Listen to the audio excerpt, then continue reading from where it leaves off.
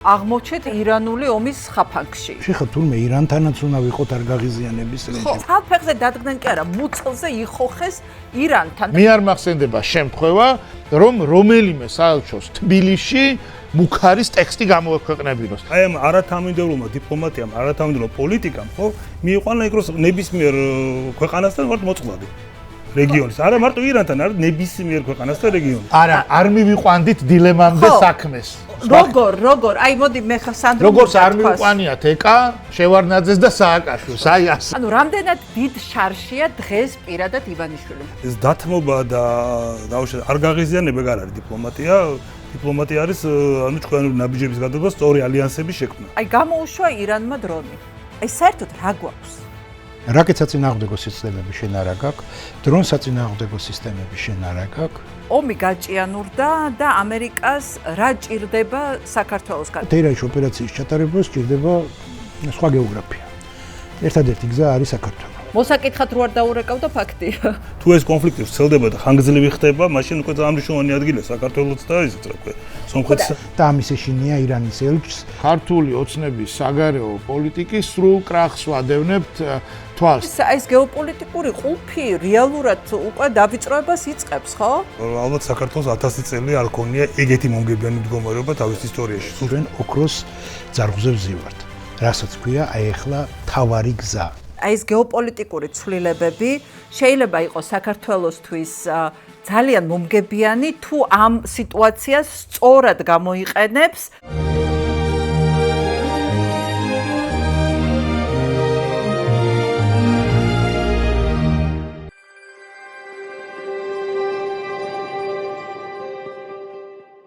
მოგესალმებით, ეს არის პლატფორმა მისმინე, გადაცემა საერთაშორისო აქცენტები და მე ვარ ეკა კვესიტაძე. მოკლედ, ივანიშვილმა იმდენი ილაპარაკა მეორე ფრონტზე და ომში ჩათრევაზე, რომ მართლა დაგვიდგა ეს საშიშროება, ოღონ ირანთან. თქვენ დღეს უნდა გავარჩიოთ ძალიან მნიშვნელოვანი ორი ამბავი, რუბიოს ზარი, კობახიძესთან და ამაზე ირანის ელჩის რეაქცია, რომელიც იყო მუქარის შემცველი და შემდეგ უკვე ქართული ოცნების განცხადებები, მაგალითად ჩარმანაშვილმა განაცხადა, რომ ეს მუქარა არ შეეხებოდა საქართველოს, ანუ ირანის ელჩის განცხადება საქართველოს ეგრეთ წოდებულ პრემიერ-მინისტრთან ზარზე, თურმე არ შეეხებოდა საქართველოს. ამ ყველაფერს ჭირდება კარგი ანალიზი და ამ ანალიზისთვის დღეს სტუდიაში ყავს გია ჯაფარიძე, პროფესორი საერთაშორისო ურთიერთობების და დიპლომატი, სანდრო ლაცაბიძე, ის პირველად არის ჩვენთან ერთად, ყოფილი კონსული ირანში, ყოფილი ელჩი კანადასა და არგენტინაში, ანუ ძალიან დიდი გამოცდილების დიპლომატი და აკია ბარბაქაძე, სამხედრო ექსპერტი. მოგესალმებით, ძალიან დიდი მადლობა რომ ხართ ჩვენთან ერთად. მოკლედ, ძალიან დიდი ხანია საქართველოს მიმართ ინტერესი არ გამომჟღავნებია ამერიკას, მაგრამ ჩვენ ნახეთ რომ რამდენიმე დღის წინ რუბიომ დაურეკა ირაკლი კობახიძეს. პრინციპში შინაარსი გავიგეთ მხოლოდ მას შემდეგ, რაც ირანის ელჩი გამოვიდა და გააკეთა ის განცხადება, რაც გააკეთა და კიდევ ერთხელ მოკლედ მთავარ ამბავს ამ განცხადებიდან შევახსენებ ჩვენს მაყურებელს. ისინი, ვინც გუშინ დონალდ ტრამპს მხარი აუბეს, დღეს იძულებულნი არიან ამ ნაბიჯის ფასი გადაიხადონ. ეს იყო ის ღია მუქარა, რომელიც ამ წერილში იყო. შემდეგ ეს პოსტი აიღო ირანის ელჩმა. არ ვიცით რის გამო, სავარაუდოდ საქართველოს ხელისუფლების ასე ვთქვათ, თხოვნის გამო. შემდეგ ის მივიდა საგარეო საქმეთა სამინისტროში, ოღონდ თქვენს რომ ის არ დაუბარებიათ, ანუ არ გამოუძახებიათ, როგორც მაგალითად ასეთ ნაბიჯს მიმართავენ ხოლმე ევროპული ქვეყნების ელჩების მიმართ და როგორც გითხარით, პოზიცია ქართული ოცნების წარმომადგენლების არის ის, რომ ირანის ელჩს ჩვენს წინააღმდეგ არ გამოუთქვავს არანაირი მუქარა. გია, მოდით დავიწყოთ შენიდან. მოკლედ, რას ფიქრობ? ჯერ რუბიოს, ესე იგი, პრინციპში ახსნა არ გვინდა, ხო? ანუ ან გვჭირდება სპეკულაცია, რაზე შეიძლებოდა ყოფილიყო ეს ზარი რუბიოსი ირაკლი კობახიძესთან და მოდი გავუყვეთ ამ მოვლენებს, ან კონტექსტიც ავხსნათ შესაბამისად. კი ბატონო, პირველ რიგში მოგესალმებით. მაყურებელს მივესალმები და მადლობა მოწვევისთვის.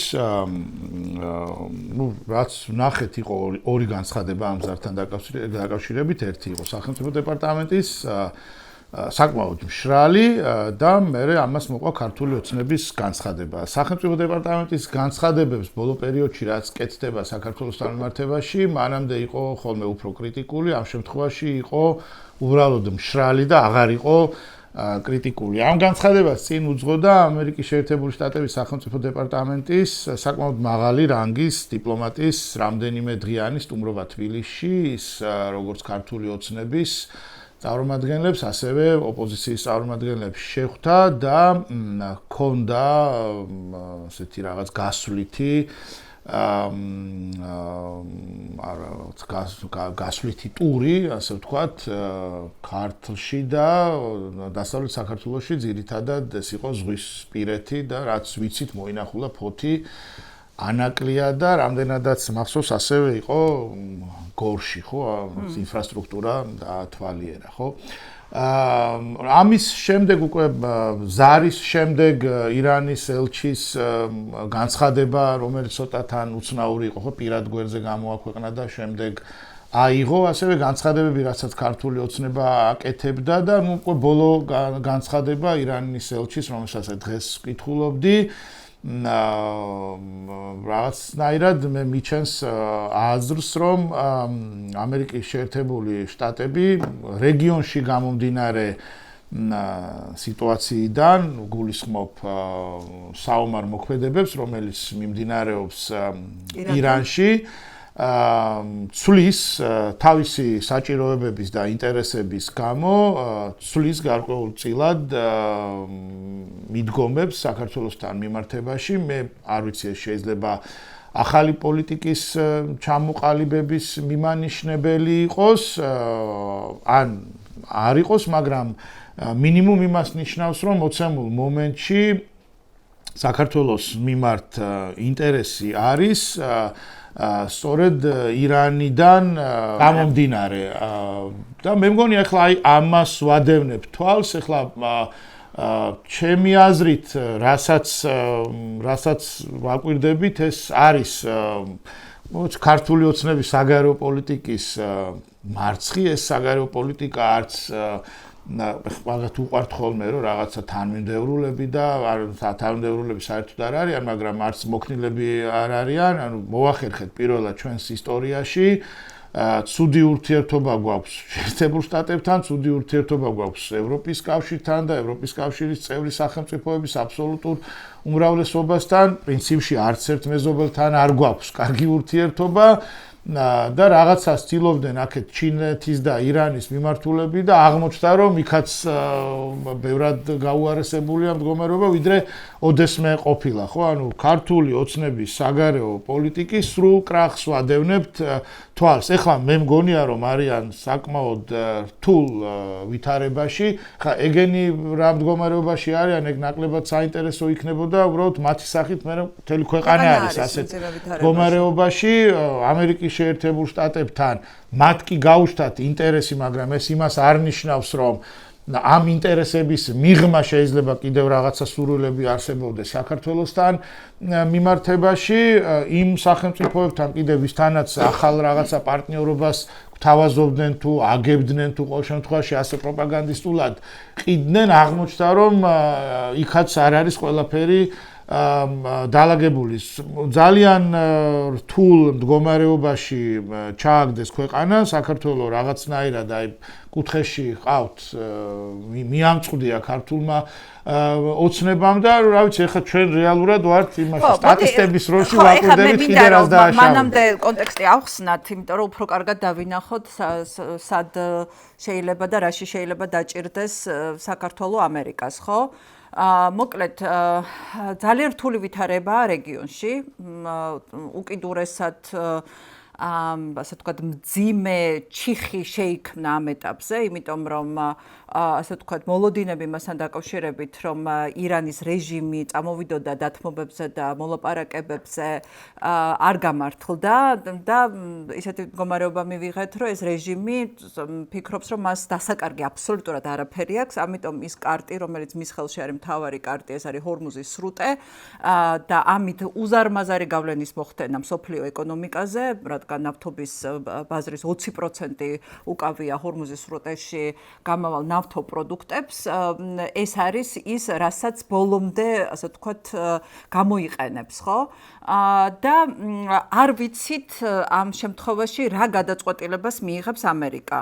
ის დარჩება ირანში თუ დაიწყებს თუ სახმელეთო ოპერაციებს, რაღაცა ტიპის სახმელეთო ოპერაციებს შეაშუალებს საჰაერო დარტყმებს, თუ თქვათ ერთ დღეს ტრამპის მობეზრდება ეს ომი და იტყვის, რომ რაც მისგან ნამდვილად არ არის გასაკვირველი და იტყვის, რომ ჩვენ გავედით, ჩვენ მიზანს მივაღწიეთ და ეხლა ჰორმუზის სრუტეზე იდარდოს ჩინეთმა და უფრო აზიის ქვეყნებმა, რომელსაც პირდაპირ ურტყავს ეს ამბავი. მოდით ხო ეს თქვენი აზრი ძალიან საინტერესოა, ეხლა იქ შექმნა სიტუაციაზე და ამ შემთხვევაში თუ თქვათ ომი გაგრძელდა ამერიკის ჩართულობით, სად შეიძლება იყოს საქართველოს როლი ამერიკისთვის? ხომოდი ჯერ მოგესალმებით პირველ რიგში და მადლობა მოწვევისთვის. ჯერ ირანის გარშემო შევხვდით რა სიტუაცია და რა ვითარება ირანში. რეალურად არის ძალიან რთული კრიზისი შექმნილი. კრიზისი გამწვავდა იმის შემდეგ, რაც ირანმა გადახურა ჰორმუზის სრუტე და პრაქტიკულად არაძლევს გემებს გასვლის საშუალებას. მოლოდინი ალბათ იყო, რომ რაღაცა ლიდერშიპის განადგურების შემდეგ შეიძლება რეჟიმი ჩამოშლილიყო და რაღაც სიტუაცია შეცვლილიყო, მაგრამ პრინციპში თუ შეხედავთ ექსპერტების ანალიზს მანამდე მთელ მსოფლიოში ეს იქნება დიდი ბრიტანეთი, ამერიკა თუ ნებისმიერი ადგილი ისრაელი ხო, ყველგან იყო ეს ხაზი გასმული, შეიძლება არ ჩამოიშალოს რეჟიმი მარტივად, იმიტომ რომ დაწყობილი სტრუქტურაა, ბევრი კომპონენტია, რაც ხელს შეუშლის. ანუ პრინციპში ეს დიდი მოულოდნელობა არ უნდა ყოფილიყო ექსპერტებისთვის და სპეციალისტებისთვის.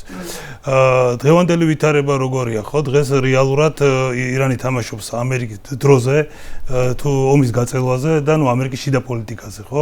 ამერიკაში შიდა არჩევნები, ნავთობზე ფასის გაზრდა, საწვავზე ფასის გაზრდა და ასე შემდეგ. ანუ თulis რომ თუ კონფლიქტი გაიწელება, შეიძლება ამერიკისთვის უფრო პრობლემური იყოს ვიდრე ირანისთვის. თუმცა მან ძნელად სათქმელი, იმით რომ ირანის ურთულეს მდგომარეობაშია, ჯერ ესეთი ნათელი არ არის, ვინ მართავს ირანს, ლიდერშიპი პრაქტიკულად არ არის. ნუ არიან ეს ისლამური რევოლუციის გუშაგთა კორპუსი, რომელსაც აქვს რეალური სადავეები ხელში, თუმცა მანდაც ვფიქრობ საკმაოდ ასუსტებულია მდგომარეობა. ანუ პრაქტიკულად ორივე მხარე, ირანის და ამერიკაც საკმაოდ მდგომარეობაში არიან. რომელი უფრო ადრე დანებდება? რომელი უფრო ადრე დანებდება არის ამბავი.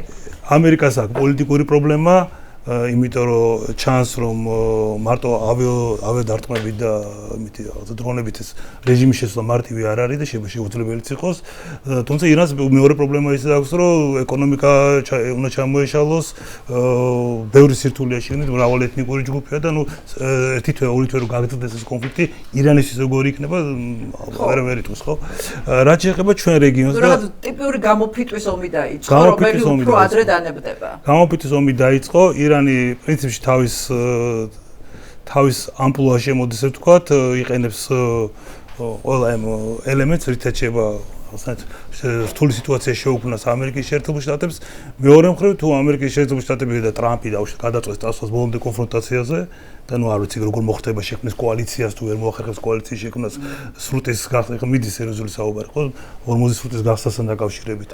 ოღონდ რაღაცა ევროპელები არ ჩანან მზად ამ ევროპელები არ ჩანან, თუმცა ერთი ნიუანსიც არის, ხა ირანმა გააკეთა, პრინციპში ბოლომდე წავიდა ჰორმუზის სრუტის გადაკეტვით, ირანმა ანახა, რომ ძალიან სერიოზული პრობლემაა. და ამ ჰორმუზის სრუტის ხელში, ირანის ხელში ესე დატოვება, შეიძლება შემდეგშიც მომავალ შემდეგ 10 წელიწადში ისო პრობლემა იყოს, ხო?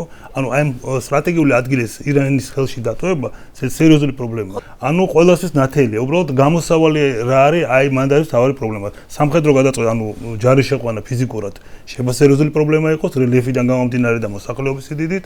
მეორე მხრივ რაღაც გამოსავალი უნდა იყოს ნაპოვნი, ხო? რაც შეეხება ჩვენ მიმართულებას, ხა ეს აი სანამ ჩვენ მიმართულებაზე გადავალთ, ეს არის ძალიან საინტერესო. ყურის ქვეყნების ამბავი განვიხილოთ, იმიტომ რომ ყურის ქვეყნების სულ დასაწყისში, როდესაც გამოსვლები იყო ირანში, მაშინ გავრცელებული ინფორმაციით, მათ შორის სადაზვერვო ინფორმაციით, არ იყვნენ თანახმა, რომ ამერიკას დაეწყო თავდასხმა და ამერიკას და ისრაელს დაეწყო თავდასხმა ირანზე, იმიტომ რომ მათ იცოდნენ, რომ პირველი სამიზნეები ისინი გახდებოდნენ. როგორც კი დაიწყო ეს თავდასხმა, მართლაც სამიზნეები გახდნენ, ყატარიც, ემირატებიც, საუდის არაბეთიც და იმ დღეს უსმენდი საუდის არაბეთის ერთ-ერთ მაღალ ჩინოსანს, რომელმაც თქვა, რომ ამ შემთხვევაშიო ჩვენო დაინტერესებულები ვართო რომ ეს ამბავი დამთავრდეს საბოლოოთო და ახსენა ასეთი რამ, რომ ჩვენ პაკისტანთან გვაქვს შეთანხმება, პაკისტანი არის, როგორც ვიცით, ბირთვული სახელმწიფო, ამიტომ ამ შეთანხმების ამუშავებაც შეგვიძლიაო და გამომდინარე იმ სიტუაციიდან, რომელიც ახლა არის შექმნილი ყურის ქვეყნებში, რომ ეს ქვეყნები, რომლებიც მთავარი მიზიდულობას წარმოადგენენ სტაბილურობის გამო მათ შორის, დღეს არიან ძალიან მძიმე არასტაბილურ სიტუაციაში და ამიტომ მათ თუ ესე ირანი დატოვეს ასეთ მდგომარეობაში, ხო, ნებისმიერ მომენტში შეიძლება გახდნენ სამიზნე დრონების, რაკეტების და ასე შემდეგ. აი ეს ამ ყურის ქვეყნების დამოკიდებულება ეხა როგორია, ესეც უნდა ავხსნათ. ხო, ძალიან სწორი შენიშნა, რომ პირველი დასაწყისში თავიდანვე წინააღმდეგები იყვნენ. ნებისმიერი ეს ქვეყანა, საუდის არაბეთი, ემირატები თუ ნებისმიერი ქვეყანა იყო წინააღმდეგი, ბაჰრენი, ყატარი, ხო? იმიტომ რომ აი ეს სიტუაცია იცოდნენ რომ იყო დიდი ხიფათი რომ ეს სიტუაცია შეიქმნება, კიდევ ერთხელ ვიზახ რომ ეს არ იყო დიდი სიურპრიზი, ახლა ვინც მან მუშაობდა და იცის, შეუძლებელი მოსალოდნელი ის იყო რა ვქნა, ავითარება. იყვნენ წინააღმდეგი, მაგრამ დღეს შეცვლილია ვითარება, იმიტომ რომ დღეს უკვე სიტუაცია არეულია, არ არის სტაბილური. პაკისტანის თემა ძალიან საინტერესო, პაკისტანს და საუდის არაბეთს აქვს შეთანხმება გაფორმებული. და პაკისტანი ირანის მეზობელია, ტრადიციულად, ცუდი ურთიერთობა არ აქვს, მაგრამ კარგსაც ვერ ვიტყვით მათ ურთიერთობებზე, მაგრამ ეხლა იყო რაღაც მედიატორის როლის აღებას ცდილობს, თუ რაღაცნაირად მედიატორის როლში გამოდის. პრინციპში ირანს კიდევ ერთხელ ვამბობ, თუ ეს რო გაგრძელდეს ძალიან ხანგრძლივად ეს კონფლიქტი, ირანისთვის სერიოზული პრობლემაა, შეიძლება სულ განადგურდეს და ეს მოლაპარაკება რეალურად ირანისთვისაც დიდი შანსია. თუ ეხლა შედგა რაღაც დიპლომატიური მოლაპარაკება, რაღაც შედეგებამდე გავიდნენ. პრინციპში ხო რა არის ხო მოსალაპარაკებელი თემა ეს ვირტუალური საკითხი, ბალისტიკური რაკეტები, ყურის სრუტის გახსნა თუ ამ საკითხზე მოხდა შეთანხმება, მაშინ რაღაცნაირად გამოსავალი შეიძლება გამოჩნდეს. შეიძლება ევროპელებიც, რომლებიც აი დღეს უკვე დიპლომატიურად საუბრობენ და ბრიტანეთმა წაიღო თავის თავზე ეს როლი ჰორმუზის სრუტესთან დაკავშირებით. ჰორმუზის სრუტა თემ მსოფლიოს აწუხებს. ყველას პრობლემაა. მაგრამ თუმცა ყველაზე დიდი ენერგეტიკული კრიზისი მაინც შეიქმნება პაკისტანში. ვიეტნამი, ანუ უფრო აღმოსავლეთით, ხო, თემ მსოფლიო ბაზარზე ახდენს გავლენას, ხო. სინამდვილეში ყველა დაზარალდა, იმიტომ რომ ფასი მაიწია ნავთობზე. მაგრამ აი პაკისტანში მაგალითად სერიოზული ენერგოკრიზისია. ხო, ახლა ვიეტნამშიც უთხრეს რომ იქნება ანუ სადღაც დისტანციურ მუშაობაზე გადაიყვანეს ზოგიერთ ქვეყანაში და ზოგიერთ ქვეყანაში უთხრეს რომ იქნება ავტომობილებით არიარონ სამსახურებში, ანუ რა თქმა უნდა ამ ეტაპზე ყველაზე დიდი დარტყმა ჯერჯერობით იქით აზიის ხო ფიზიკურად მიღებაზე პრობლემა იმის რა ქვია, ну ცალ ჩინეთს კი გააქვს სწორედ და ირანი აძლევს საშუალებას. სხვათა შორის ამასთან უსმენე ბოლტონის ინტერვიუს და ბოლტონი გამოდიოდა რომ აკრიტიკებდა ამ მიმართ ზოგადად უჭერს ხარს ირანის წინამე ოპერაციას, მაგრამ მაგრამ ამბობდა რომ რატო აძლევს საშუალებას ირანს ჩინეთმა გაიტანოს ირანული ნავთობი სრუტედან, რაც არის ლოგიკური. ძალიან მნიშვნელოვანია როგორ გამით შემდეგი 2-3 კვირას ტრამპმა გითხრა, ნუ ხშირად გვაძლევს რაღაც თარიღებს, რომელიც მე იცვლება. მაგრამ ნუ შემდეგ 3 კვირაში როგორ იქნება ეს სიტუაცია ძალიან მნიშვნელოვანი სამხედრო კუთხით და რას მიაღწევენ, აიღებენ ხარგის კუნძულს დაუშვათ და რას. რამდენი დიდი, ანუ ახსნათ რა არის ხარგის კუნძული, რომელიც არის ფაქტობრივად 90% ხო? 90% ნავთობის გადის მაგუნძულიდან. ნუ რეალურად მას აქვს ეს ინფრასტრუქტურული ფუნქცია, რაღაც 8000 კაცის ხოროს თუ არ მეშლება ამ კუნძულზე.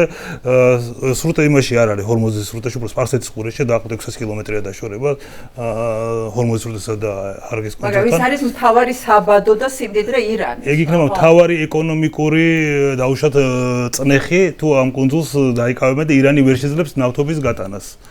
ანუ რეალურად ამერიკას ძალიან ბევრი ბერკეტი აქვს დღესდღეობით ირანზე ზემოქმედების. უბრალოდ ირანის მიდის ასიმეტრიული გზით და რაღაცნაირად ცდილობს ყველაფერი არიოს, ხო? იგივე ომშიც და იგივე კიდაც პოლიტიკაში, ხო?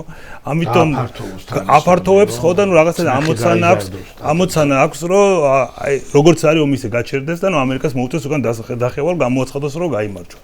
ამ სიტუაციაში ისრაელის მომენტიც არ უნდა დაგვავიწყდეს, იმიტომ რომ თუ ისე დამთავრდა ვითარება როგორც იყო, მაშინ არაფერი არ შეცვლა ეს ოპერაცია ყველა იყო ჩატარებული და ნუ რაღაც 10-15 წელიწადში ირანი დაბრუნდება თავის საწყის პოზიციაზე, იმიტომ რომ ნუ მდიდარი ქვეყანა, ეხაც ისე დღევანდელი მონაცემებით განადგურებული არის დაახლოებით 50% ამერიკული სპეცსამსახურების ინფორმაციაზე დაყრდნობით, რომელიც ღია ინფორმაცია, განადგურებულია დაახლოებით 50% სამხედრო პოტენციალს. ანუ მთლიანად განადგურებული მაინც არ არის, ხო, 190-150. შესაბამისად, ბევრი ნიუანსია, რომელიც ორივე მხარეს აყენებს ზართულ მდგომარეობას. ძალიან ისეთია, როცა უყურებთ ახლა დასავლურ პრესას, ნებისმიერს აჩვენებს, ანუ აი ამერიკა უმძიმეს მდგომარეობაშია, ვეღარ გამოდის, როგორც ახასიათებს ხოლმე შიშილდო. თუმცა თუ ორივე იმას შევხედავთ, ხო, ირანი რაბდღეში და ამერიკა, თვალთ ეგრე არ არის, ვითარდება. ირანის ძალიან ირანია მთავარი რთულ მდგომარეობაში და არა ამერიკა. ამერიკას ტრამპს აქვს პოლიტიკური პრობლემები, რაც ძალიან მნიშვნელოვანია ამერიკაში, მაგრამ ნუ ირანისთვის ახლა უბრალოდ ეგზისტენციალურია, ხო? ანუ მოლაპარაკება და დაუშვათ რაღაცნაირად სიტუაციიდან გამოსვლა ირანისთვის ბევრად უფრო მნიშვნელოვანია, ვიდრე რა ვიცი ნებისმიერი მხარესის მონაწილეს. ვიღაცას აქვს ეკონომიკური კრიზისი, ნავთობი უძვრდება, ამას უბრალოდ ეგზისტენციალური კრიზისი აქვს და პრობლემა აქვს. ხო, უბრალოდ რადგან დასაკარგი არაფერი აქვს, ბოლომდე როგორ არის ეგ რულეტკაზე ვაბანგზე მიდის. სული ამბავი ისაა, აი ამ მოლაპარაკებები მე დარწმუნება პაკისტანის როლი ხო ერთ-ერთი ეგეც არის, რომ რაღაცნაირად ხიდია ეხლა და რაღაც საუბრები ალბათ ყოველდღიურად არის, მაგრამ ეს პოზიციები იმდენად დაშორიშორებულია ერთმანეთისგან, რას ამერიკელები ითხოვენ. ანუ აი ხო შეიძლება რაღაცა ცოტათი ახლოს იყოს, რასაც ირანი ამბობს. ანუ იმდენად სხვადასხვა პლანეტიდან საუბრობენ, რომ არც კი ჩანს აი დღეს რაზე შეიძლება რაზე შეიძლება შეთანხმდეს და კუნძულთან დაკავშირებითაც ვიტყვით, ერთი არის რომ ეს კუნძული დაიკავნა, მგონი ადვილად დაიკავნა, შენარჩუნებაა თემა. და რა ხა მე მახსოვს აი საბერძნეთის უსაფრთხოების ერთი დიდი პრობლემა ეს კუნძულოვანი რო არის. კუნძულის დაცვა სამხედრო კაციგვიზის და ყველაზე კუნძულის კი აიღებენ, მაგრამ როგორ უნდა შეინარჩუნონ? ეგ არის როგორ უნდა შეინარჩუნონ რა, ანუ იქ ხო ასე ფიზიკურად უნდა იყვნენ, ხო? და ესენი ამ დრონებს იმას არ გაჩერდებია, ხო? სხერპლი გაიზრდება თორე. იმის აღარ ამერიკის შეერთებული შტატების ორი საათის ოპერაცია შეიძლება არც კი, ხო? კი, ჩვენ ამ შემთხვევაში ოდნავ მოგვიანებით შემოვიყვანთ უკრაინას როგორც შესაძლოა ძალიან მნიშვნელოვან მოთამაშეს, იმიტომ რომ უკრაინას აქვს სპეციალური დრონები, რომელსაც შეუძლია შაჰიდების მოგერიება და ეს არის ისეთი რამ, რაც ეხლა სასიცოცხლოდ სჭირდება ახლო აღმოსავლეთს და უკრაინაზე ვილაპარაკებთ როგორც ყველაზე მზარდ და ინოვაციურ სამხედრო ძალაზე და ქვეყანაზე, მაგრამ მანამდე ის საქართველოს ამბავიზე გვაქვს ფოკუსი, ხო? ცოტა ოდომოგვიანებით გადმოვალთ აკიასთან, მანამდე ხო აი თქვენი პერსპექტივა, სანდრო, მოკლედ ომი გაჭიანურდა და ამერიკას რა ჭირდება საქართველოს გაქრჩეულში? ხო, ნუ პირველ რიგში ხა ერთი თვითრონების გამო არ ვიცი რუბილს და მგონია რომ უფრო დიდ საკითხზეა საუბარი. რა შეიძლება იყოს ეს? ფიქრობ რომ მაინც უკავშირდება პრაქტიკულად ამ ირანში მიმდინარე ოპერაციებს. თავისთავად, მაგრამ მანამდე არ იყო, ნუ რეალურად საქართველოს აქვს ძალიან მნიშვნელოვანი სტრატეგიული მდებარეობა, ხო? თუ სიტუაცია მწვავდება ირანის მიმართულებით. საქართველოს და ირანის შორის არის 500 კილომეტრი თუ მანქანით წავთ აზერბაიჯანის გავლით, ხო? და როგორ? პირდაპირზე უფრო ცოტა. ხო, და კიდე უფრო ცოტა არის. რა საათში ჩავდივართ? მანქანით ჩავდიოდი 6 საათში. მე 6 საათში ჩავდიოდი მანქანით. საზღვრიდან საზღვარზე, როცა დავდიოდი მანქანით, ჩავდიოდი 6 საათში. და 6 საათი ვეღარ ბათუმშიც ასეც გჭირდება ცუდ მოძრაობის დროს. ხო, ბათუმზე ცოტა მეტია, მაგრამ ერთ დღეში თავისუფლად ჩადიხარ მანქანით. ხო, ისეთი მოძრაობაც არ იქნებოდა მაგითო. საცობიც არის ხო. შესაბამისად, საქართველოს ტრადიციულად ეხა ამერიკის პარტნიორი იყო, რა ვიცი, ბოლო რამდენიმე წელია, რაც ეს მიმართულება შეცვლილია, ხო? ნუ ირანიც ასე ვთქვი იყენებს ამ სიტუაციას, ნუ ირანმაც იცის, რომ ნებისმიერი მეზობელი მისთვის შეიძლება პრობლემად გადაიქცეს, ხო? იგივე აზერბაიჯანთან რთული ურთიერთობა აქვს, სომხეთთან შედარებით ნორმალური და ნუ საქართველოსთან დასავლეთთან მჭიდრო თანამშრომლობა შეიძლება მისთვის პრობლემური, შეიძლება ალბათ იქნება მისთვის პრობლემური. შესაბამისად ამერიკის ზარი ხა ძალიან ძნელია სპეკულაცია რაზე ელაპარაკე, იმიტომ რომ ინფორმაცია იმდენად ცოტაა, მაგრამ ნუ მაინც ალბათ რაღაც ამ მიმართულებით არის რაღაც. ხო, იმიტომ რომ ირანის ელჩი ისე გამოეხმაურა. არა, ირანის ელჩი მას ალბათ არ იცოდა ზუსტად, მაგრამ ივარაუდა. ნუ ხა ჩვენ შეგვიძლია ეს ივარაუდა, ხო, ნუ ეს უკვე რაღაც მოსაკითხად რო არ დაურეკავდა ფაქტია. ხო, ნუ მაგას დამოკიდებული ამერიკა რას გეგმავს? ეს მომავალში და რამ ხელაზე შეიძლება ამდენი ხანი შეიძლება გაგრძელდეს ეს ოპერაცია, ხო?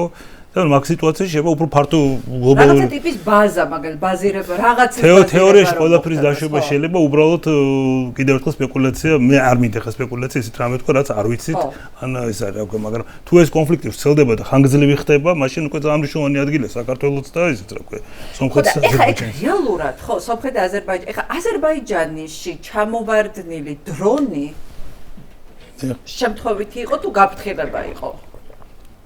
შემთხვევითი არ ვიცი, რამდენიმე გასროლილი იყო თურქეთის მიმართულებითაც, არ მგონი რომ შემთხვევითი ყოფილიყო, უფრო გაფრთხილებას გავდა. უფრო გაფრთხილებას გავდა. ამიტომ ეს მართლა სერიოზული დილემაა. შემთხვევითობის არ გამო შეიძლება რომ შემთხვევითაც მოხდეს, ეგ ჩვეულება დასაშვებია, ხო, ეგეთი მაშინ, მაგრამ ნუ რეალურად ხა აზერბაიჯანის მიმართ აქვს დიდი ეჭვები ირანს, ისრაელთან თანამშრომლობის და ახლო ურთიერთობის სულ არ არის ბედნიერი აზერბაიჯანი თურქეთის მჭიდრო პარტნიორობით, ანუ სრულად მათ შორის ურთიერთობა. თან ჩამოვარდა თავს ნახიჩევანში თუ არ მეშლება, რაღაც აეროპორტთან ახლოს, ხო? აეროპორტთან. ხო. მოკლედ, ეხლა რეალურად რთული სიტუაცია და მართლა იმდენი იძახა ივანიშვილმა, რომ აგერ ომში გვითრევენ, იქ სადაც არავინ ომში არ გვითრევდა, ანუ უკრაინასთან უკრაინის ომის კონტექსტში, აქ მართლა აღმოჩნდეთ რაღაცა ირანული ომის ხაფანგში. იმიტომ რომ ერთის მხრივ ამერიკა გეუბნება, რომ შენი დახმარება მჭირდება ტერიტორიაზე, ანუ იქ შენი ტერიტორია მჭირდება რაღაცისთვის, სავარაუდოდ, და მეორე მხრივ ირანი გემუქრება, რომ თუ ამ შესაძლებლობას მისცემ შენ ტრამპის ადმინისტრაციას, შედეგებს მოიმკი, როგორც სხვა ქვეყნებმა მოიმკეს შედეგები, ამ შემთხვევაში ძალიან კონკრეტული მაგალითები ყურის ქვეყნის. აი რა, ეხა ეს სიტუაცია მიღწერი აკე როგორც სამხედრო ექსპერტმა.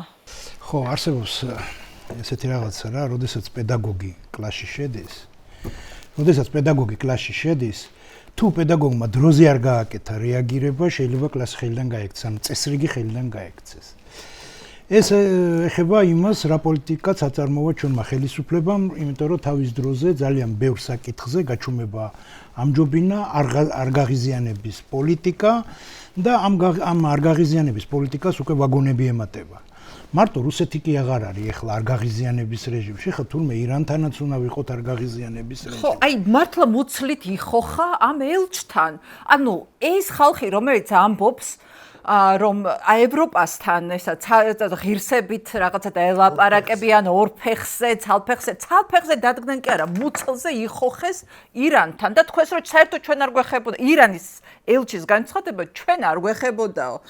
მართლა ურარტუს ეხებოდა ალბათ, როგორც ზურაბ ჯაფარიძემ დაწერა. კი ბატონო, ზუსტად 7 ოქტომბერს, როდესაც ჰამასი თავს დაესხა ისრაელს, მაშინ ესე იგი პროვოცირება გაუკეთა ამ კონფლიქტს ირანმა. ანუ ირანი ამისთვის უკვე მზად იყო. ირანის ჩაწოდებით მოხდა ეს და ირანი არის ძალიან სერიოზული სისტემური მოთამაშე, ის ასიმეტრიულ ომს აწარმოებს. ჩვენ გაგებით თუ კლასიკური გაგებით, ამერიკის სამხედრო მანქანამ და ისრაელის სამხედრო მანქანამ ირანის კლასიკური სამხედრო მანქანა 70-80%-ით გაანადგურა. განადგურებულია ჰაერსაწინააღმდეგო, რაკეტსაწინააღმდეგო სისტემები, განადგურებულია მართვის პუნქტები, განადგურებულია ავიაცია, განადგურებულია საარედრომო, განადგურებულია რაკეტგამშვებები, განადგურებულია ძირითადი საწყობები, განადგურებულია ფლოტის 70-80%, განადგურებულია აბსოლუტურად პოლიტიკური ესე იგი ხელმძღვანელობა და გადაწყვეტილის მიმღები რგოლები. ანუ სამხედრო მანქანას რა ამოცანად შეიძლება დაუშვა, პრინციპში ეს ყველაფერი გაკეთებული აქვს უკვე. მაგრამ ზუსტად ამაშია რომ ის არ ეომება კლასიკური გაგებით კონვენციური ომით, ის სისტემურად ეომება და აი ამ სისტემურ ომში როგორც კარიმ სანჯაპურმა თქვა, ზომბების რეჟიმია, რომელიც თავმოკვეთილია, მაგრამ კიდე აგრძელებს ბრძოლას. ზუსტად მანდეთკენ მიდის. რას აკეთებს ესე იგი ირანი? ირანის სტრატეგია არის რეგიონის ქვეყნებს ეუბნება, სადაც ამერიკული ბაზაა, ეს არ არის თქვენი დაცვის გარანტი, ეს არის საფრთხის მომტანი. და ის ბომბავს ამერიკულ ბაზებს, ის ბომბავს იმ ქვეყნებს, სადაც არის ამერიკული ბაზები და კიდევ უფრო მეტი. ესე იგი, ჯერ სანამ 40-ზე გადავართ, მან დაიწყო ყველაზე დეფიციტური წყლის მქონე არაბულ ქვეყნებში წყლის გამტკნარების დანადგარების განადგურება. ეს ნიშნავს, რომ ისინი საერთოდ უწყლოდ რჩებიან. ეს ჰუმანიტარულ კატასტროფას გამოიწვევს. ანუ აქ არ არის მარტო სამხედრო ობიექტებზე თავდასხმა, აქ სასიცოცხლოდ მნიშვნელოვანი ინფრასტრუქტურის განადგურებაზეა ლაპარაკი, ხო? და მან ესე იგი ომანიც კი არ დაინდო, რომელიც ფაქტიურად მოკავშირეს როლში იყო და მომლაპარაკებლის როლში იყო ირანთან. ამიტომ მე რას ვიძახი, რომ ეხლა საქართველოს რო დაბუბრუნდეთ. ჯერ დავამთავროთ ერთი რამე, რა შეხედე მოლაპარაკებები მან არ შედგება ამერიკასა და იმას შორის, რა ქვია, ირანს შორის. ისევე როგორც უკრაინასა და რუსეთს შორის. მოლაპარაკება აქ ვერ მოხდება. იმიტომ რომ აქ არ არის ლაპარაკი, რომ ვიღაცას უნდა. მეცაც გეტყვით, ტრამპსაც ნაკლებად აქედან გამოსulis შესაძლებლობა. მოდი თეორიულად შევხედოთ. ტრამპმა თქვა, მე ყველანაირი სამხედრო ამოცანა შევასრულე და გავედი აქედან. ის იძახის, რა ქვია, ირანი იტყვის, კი ბატონო, გადი, ის გააგრძელებს დაბომბას ამერიკული ბაზების და მოითხოვს, რომ სიტყვაზე ვიძახი, ახლა მე ხარ ვიცი გეგმები. გაიყვანე ესე იგი ბაზები და მოსთხოვს ესე რა ქვია არაბულ ქვეყნებს რომ გაიყვანეთ ამერიკული ბაზები თუ გინდათ თავი დაგანებოთ. ანუ ამ შემთხვევაში ამერიკა ხო ვეღარ გაეცლება იქიდან და ვერ გავა. ომი შეიძლება იყოს ძალიან ხანგრძლივი. ან ყოველ შემთხვევაში დროში გაწელილი აუცილებლად ეს არ არის ერთი თვის ომი. ეს არ არის ორი თვის ომი. ეს არის ხანგრძლივი გაძლებაზე კონე ესე იგი ომი, როგორც რუსეთ უკრაინის ომი, რომელიც ეგონათ რომ ძალიან მალე დამთავრდებოდა, მაგრამ მეხუთე წელია მიმდინარეობს. ეხლა შევხედოთ მეორე თემას. ამერიკა ვერ ჩაეხსნება ამ ომს. იმიტომ რომ ძალიან ბევრი რამეა აქ დადებული იმაზე სასწორზე, შეგდებული. თუნდაც ის რომ ამერიკა ვერ იტყვის ჰეგემონზე, მსოფლიო ჰეგემონიაზე უარს ამერიკა ვერ იტყვის. ნიშნულობა არ აქვს, ტრამპი იქნება ხელისუფლებაში, არ იქნება ტრამპი ხელისუფლებაში. ამ არჩევნებს ტრამპი გადააგორებს, ვერ გადააგორებს, ვინც არ უნდა მოვიდეს მსოფლიოს, ესე იგი, ჰეგემონიაზე ამერიკა ვერ იტყვის. თავისი ეკონომიკური, თავისი ყველანაირი კონცეფციებიდან გამომდინარე, ის ვერ იტყვის ამაზე უარს, ხო? ამის ჩამნაცვლებელი, ამერიკის ჩამნაცვლებელი ძალაც დღესდღეობამდე მსოფლიო წესრიგის კუთხით და წესრიგის დამყარების კუთხით არ არსებობს. ფიზიკურად არ არსებობს, იმიტომ რომ ვითომ ჩინეთზე გაიძახიან რაღაცას, რომ აი მზარდია და რაღაც ისინი, მაგრამ ჩინეთს არ აქვს იმის შესაძლებლობა, რომ თავისი სამხედრო პოტენციალი გლობუსზე გადაჭიმოს.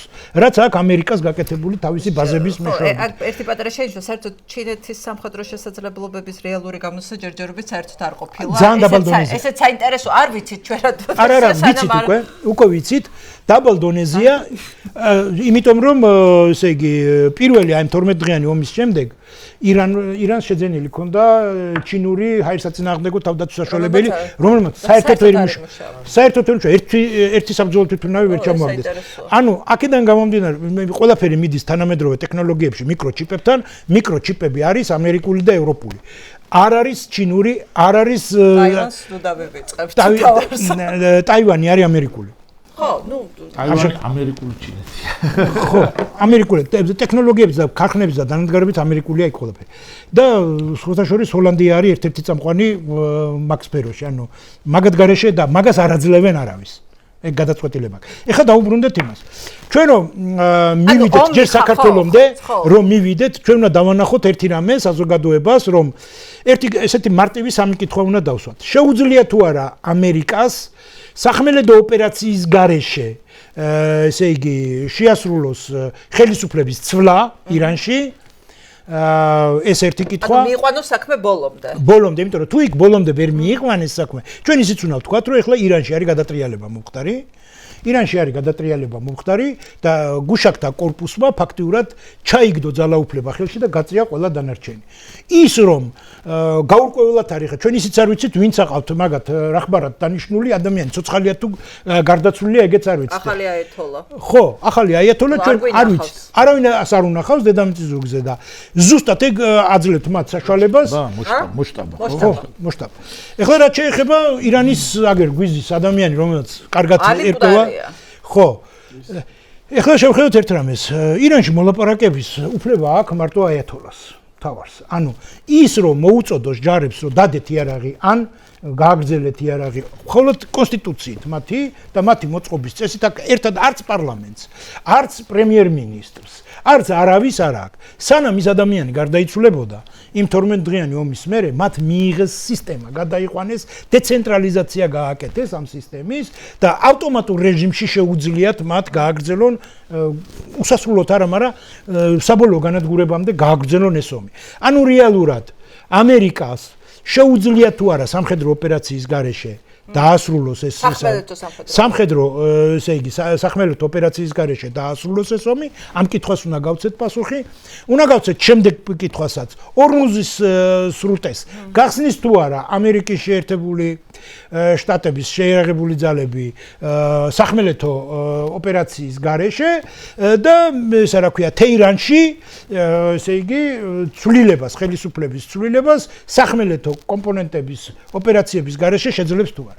თუ ამ სამივე კითხვაზე არსებობს დადებითი პასუხი, მაგ შემთხვევაში შეგვიძლია ვთქვათ, რომ ამერიკა დაამთავრებს ამ ომს მალე, თუ ამ სამ კითხვაზე არ არსებობს დადებითი პასუხი, ანუ ეჭვი გვეპარება და ხედავთ, რომ ეს შეუძლებელია, მაგ შემთხვევაში მოკლე ვადაში ეს ომი არ დამთავრდება, ეს არის გადასული გრძელვაზაში.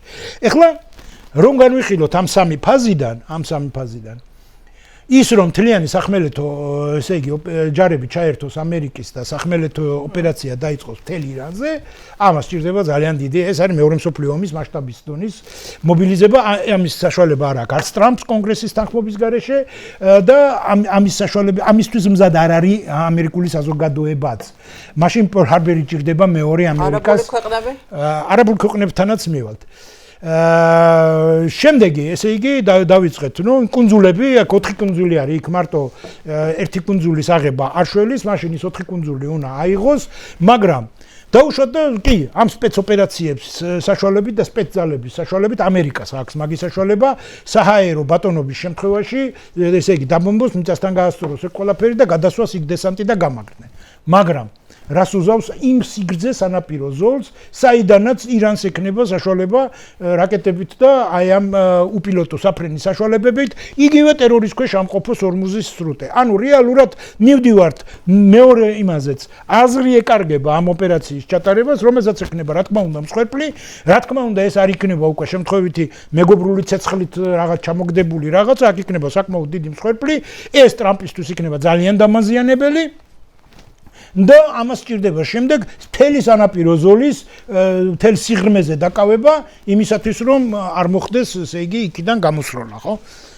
მესამე ოპერაცია აქ ირანის ურთულესი გეოგრაფიაც გავიხსენოთ, აი ზუსტად მანდ მივდივართ. სხვათა შორის დიდი წინაღობა აღმოჩნდა თავის დროზე ირანი რომ იმიტომ აქ ეს უწყვეტი ისტორია სახელმწიფოებრიობის როგორი თუმცა დაყრობილი ყოფილი ირანი. უწყვეტების იყო, ხო, მაგრამ მაშინ გეოგრაფია მაყელანიშვილი არ იყო რა თქმა უნდა. ალექსანდრე და ამბავი სხვა ამბავი იყო ცოტა, ხო. უფრო აკეთეთ. ხო და ეხლა რაც შეეხება მესამე ოპერაციას, ესე იგი თეირანში ოპერაციის ჩატარებას სჭირდება სხვა გეოგრაფია. ერთადერთი გზა არის საქართველო. სასომხეთი? არის ესე? კი.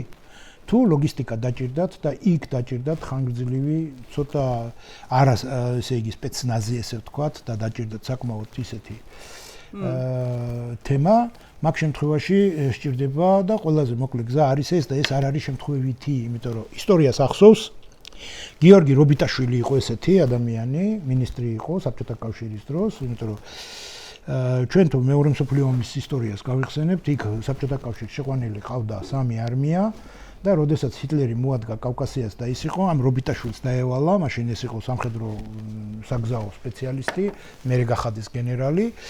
მაგის ოჯახის ფოთაშორის ისა შენერჩუნებულია და არსებობს ძალიან კარგი ისტორიები მაგის იმაზე თქვენთვის ჟურნალისტებისთვის ასე ინტერესოა და დაგაკავშირებთ მაგ ოჯახს.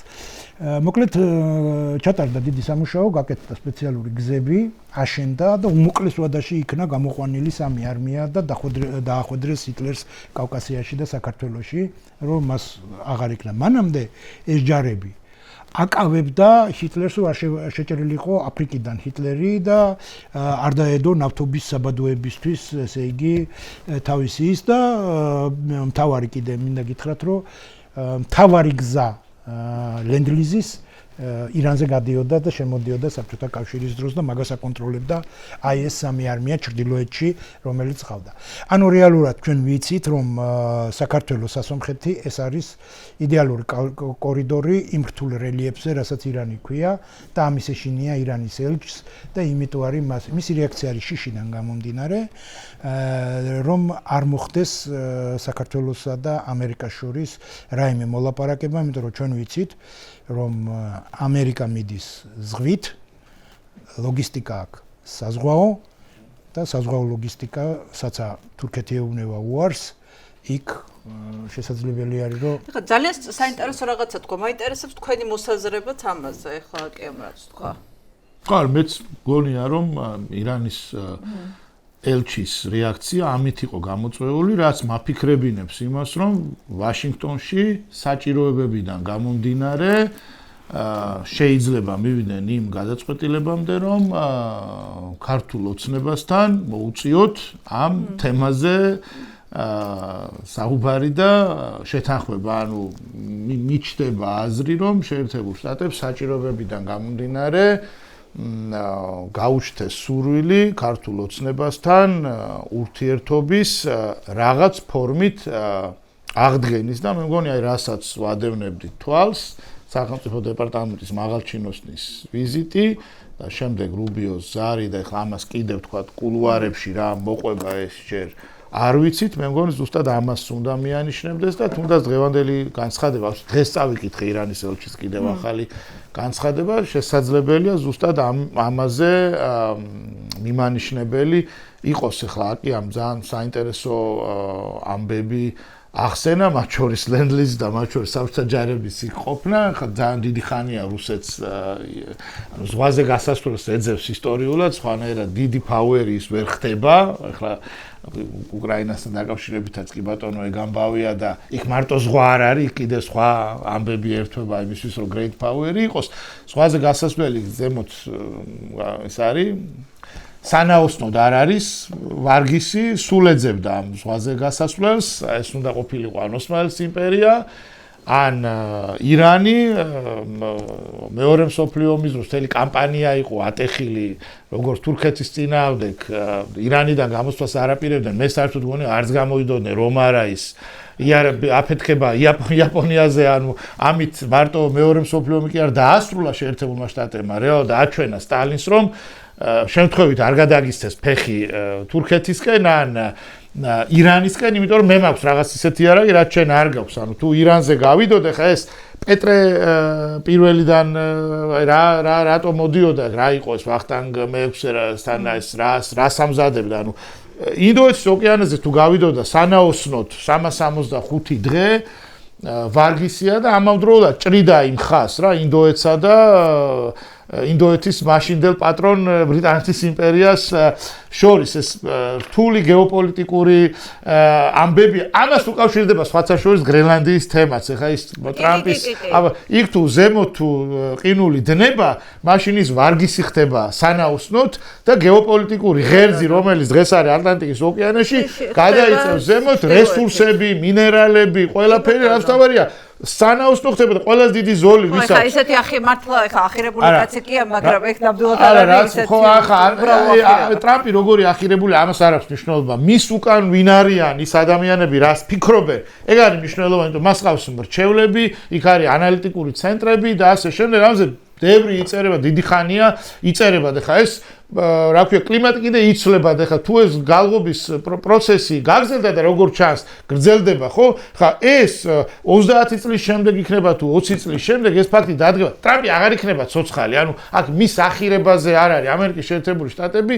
მოქმედებს თავისი ძალიან გრძელვადიანი ინტერესებიდან გამომდინარე და მე არ მინდა რომ მაინც მოვუწყდეთ თემას თავარ თემას და ამიტომ მინდა რომ აი სანდრომაც თავარ თემას რომ დავამატო რა რას შენ აღნიშნე ხო ხელისუფლება, რომელიც ამბობს, რომ დგას ორ ფეხზე, რომელიც პრობლემის გარეშე ლანძღავს საქართველოს ისტორიულ, სტრატეგიულ მოკავშირეებს, აღმოჩნდა, რომ პასუხის გაცემის თავი არ აქვს და საქართველოს ისტორიაში, არ ვიცი, სანდროს ჩემზე ხანგრძლივი ისტორია აქვს დიპლომატიაში და თუ გახსენდება 35 წლის განმავლობაში მე არ მახსენდება შემთხვევა, რომ რომელიმე საელჩოს თბილისში მუქარის ტექსტი გამოექვეყნებინოს. საქართველოში კი არა. აი, სოფლიოში იშვიათად დაძებნით დიპლომატიაში იმის მაგალითს, რომ ღია მუქარა იყოს. არ დაიბარონ სპეციალში საგარეო საქმეთა სამინისტროს, ხო? ხო, ხა პოლონეთის ელჩმა, წინა ელჩმა თქვა, რომ ესა სტალინის მუზეუმიო, ტეხავსო რა სახელით, ანუ ახლა ყველაზე დიდი სერიული მკვლელი იყო ჯალათი და ოკუპაციის მუზეუმი რო დაარქვათ რა, რჩევა, თქვა და ამის გამო დაუძახე შენ რომ ჩვენ საქმეებში რატო ერევია სტალინი დაიწყეს. რამდენჯერ არ გერმანიის ელჩი. ხო, ბრიტანეთის ორჯერ იყო, გერმანიის ელჩი, ესტონეთის ელჩი, დანიის ელჩი, რა ვიცი, რიგია, ჩეხეთის ელჩი, უამრავ, მეგონი პოლონეთის ელჩი არ დარჩა, მეგონი ვისაც არ დაუძახია. ხო, ვისაც არ დაუძახია. ხო, კი ბატონო, ანუ ევროპის ელჩებს, ხო? აქ ხო ეხლა ამ თემაზე, ხო? ეხლა ამაზე აღარ არის საუბარი, რომ რაღაცა სისულელეების ლაპარაკი დააწყებინეს, ხო? კიდევ ადამიანებს და ეკა ერთი რაღაცას უნდა ვთქვა. მანამდე შაჰადასობა აღნიშნეს ახლა. დღეს იცი რა არის გახსნილი ირანის საელჩოში? იცი რა სამძიმრის წიგნია გახსნილი ამერიკული და ისრაელის შეტევის შედეგად დაღუპული ფერეიდნელი ქართველებისთვის. ეს განცხადება 2 დღის წინ დადო Facebook-ზე ირანის საელჩომ და დღეს ვისაც სურვილი აქვს, შეუძლია დარწმუნებული ვარ, ალბათ საგარეო საქმეთა სამინისტროდან ვიღაცა მინისტრის მოადგილე, ან არ ვიცი, ვიღაცა ისევ გაუშვეს და რაღაცა ჩააწერეს. ნახეთ, ეხლა ისე რო არ გამოვიდეს, რომ აქ ჩვენ ხალხი ვართ, ვისაც არ ესმის, ჩვენ ძალიან კარგად ამ ხალხს თუ არ ესმის, არ ვიცი, ვის ესმის მაშინ საქართველოში სიტუაცია, ხო? ერთი გენერალია და მეორე ამდენი ხნიანი დიპლომატიური გამოცდილება აქვს ირანში მუშაობის და ირანისტია და პროფესორია კიდე იმისი, ხო? ზუსტად ამ მიმართულების, ხო? ეს ყველაფერი ჩვენ ძალიან კარგად გვესმის და ჩვენ ისიც ვიცით, რომ როგორც ვთქვათ, ისრაელთან გვაქვს 26 საუკუნოვანი მეგობრობა, ირანთან გვაქვს 30 საუკუნოვანი მეზობლობა და ამ მეზობლობას ჩვენ ვფრთხილდებით, მომავალშიც გავუფრთხილდებით და ყოველთვის ირანთან მიმართებაში ჩვენ გვქონდა ეს დამოკიდებულება, მეგონი გიორგი სანიკიძე მახსენა, ეს სტატიაში უწერია ცივი კეთილმეზობლობა. ჩვენ ამას ყოველთვის ვინარჩუნებდით. ყველა ადმინისტრაციის დროს პირველად ხდება ჩვენს ისტორიაში მსგავსი რაღაცა ირანთან მიმართებაში. ირანელების გასაგონადაც რომ ვთქვათ, ყველაფერს ვითვალისწინებთ, მათაც უნდა გაითვალისწინო, ხო? არავინ აპირებს 30 საუკუნოვანი მეზობლობისთვის ხაზის ცივი კეთილი. ხო, ეხლა რა ვქნათ? ასეთი იყო, ხო? ეხლა ეს 30 საუკუნე არ იყო ყოველთვის ვარდებით მოფენილი, რბილად რო ვთქვათ, ხო? ეხლა 2 საუკუნის წინაც გვახსოვს ვთქვათ რაღაცეები, ხო? და ის ქართველებიც იქ რო იმყოფებიან, ხა იმათი გადასახლება საზეიმო ნამდვილად არ არის, ხო? ხო, ამიტომ ჩვენ ყოველთვის შევეცდებით, რომ ეს დამოკიდებულება ჩვენ, ვისაც ეს საკითხი შეიძლება ამ ორ ადამიანს ბევრად უფრო კარგად ვიდრე ვინმე საქართველოში, ხო? უბრალოდ ესეც რომ ვთქვათ, რომ ეხლა იმა რა ქვია, ქოცურმა პროპაგანდა მის არ დაიწყოს, რომ აი ესენი ეს არის დილემა, ანუ რეალურად ნებისმიერი ვინც რომელი ხელისუფლებაც არ უნდა იყოს აქ. ეს არის დილემა. არა, არ მივიყვანდით დილემამდე საქმეს. როგორ? აი მოდი მე სანდრო როგორც არ მივიყვანიათ ეკა, შევარნაძეს და სააკაშვილს. აი ასე.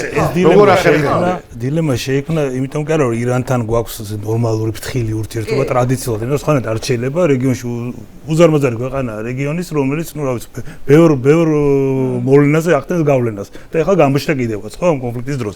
ამ შესაბამისად ყოველთვის ფრთხილი და ესეთი მოზომილი ურთიერთობა ჰქონდა ირანთან. ერთადერთი საქართველოს ადგილი იყო ყოველთვის კაფეოდ განსაზღვრული. ჩვენ ვიყავით ყოველთვის პარტნიორები დასავლეთის.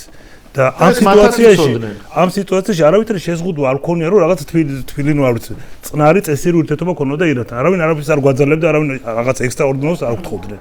შესაბამისად ჩვენ ქონდა მეზობლური ურთიერთობა, ну, რა ვიცი, ისტორიის გათვალისწინებით, რა ვიცი, ტრაგიკული ნაწილის, რა ვიცი, პოზიტიური ასპექტების, მაგრამ ნუ ორივე მხარე საკმაოდ ხილად იყო. ირანიც საკმაოდ ხილად იყო სხვათა შორის, ეხლა ჩემთვის ძალიან ესეთი მოულოდნელი იყო, აი ზუსტად ეს 410 წელი, არა, ეს გადაწყდა. აი აბსოლუტურად ირანისგან მოულოდნელი იყო და ირანის ყოველთვის საკმაოდ ესე კორექტულად იქცეოდა მაგ მიმართულებით. ხო და აი როგორ თქვა გაგვითამამდა. გავვითამამდა, იმიტომ რომ პოზიცია გვაქვს არათანმიმდევრული და აღარა ვართ იმ ბანაკში, სადაც ვიყავით ყოველთვის. ანუ ჩვენ თვითონ დავკარგეთ ჩვენი ადგილი. და თუ ჩვენ არ ვცემთ ჩვენ თავს პატივს და ჩვენ ადგილს და არ ყოს სერიოზული პარტნიორები და მოკავშირეები, სხვაებიც არავინ არ გაგვიწევს ანგარიშს, ხო? ეს ძალიან მნიშვნელოვანია, ანუ როგორც კი შენ სუსტები და საქართველოს, არათუ საქართველოსნაირ პატარა ქვეყნისთვის, არამედ ნებისმიერი ქვეყნისთვის ალიანსები და მოკავშირეები არის უმნიშვნელოვანესი. ეხლა ამერიკას ჭირდება მოკავშირეები და სხვადასხვა მოკავშირეს ეძებს, ხო?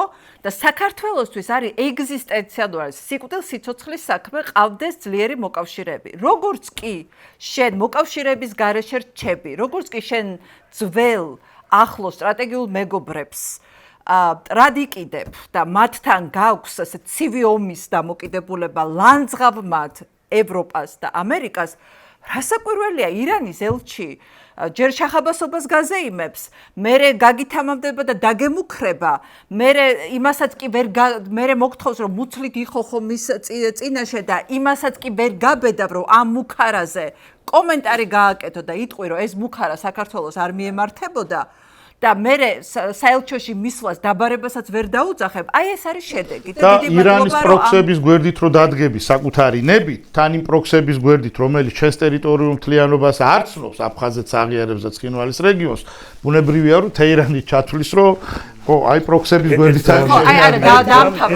აი წარმოიდგინეთ რომ არ შეჩერებულიყო ეს სტრატეგიული პარტნიორობა ამერიკასთან, ხო? რაღაც ეჭვმეპარება რომ საჭირო ყოფილიყო რუბიოს დაერეკა იღაც დემონსტრაციულად პირდაპირ ჩვენებინა რომ რაღაც ჩვენი ინტერესი გვაქვს ჩვენი ისა.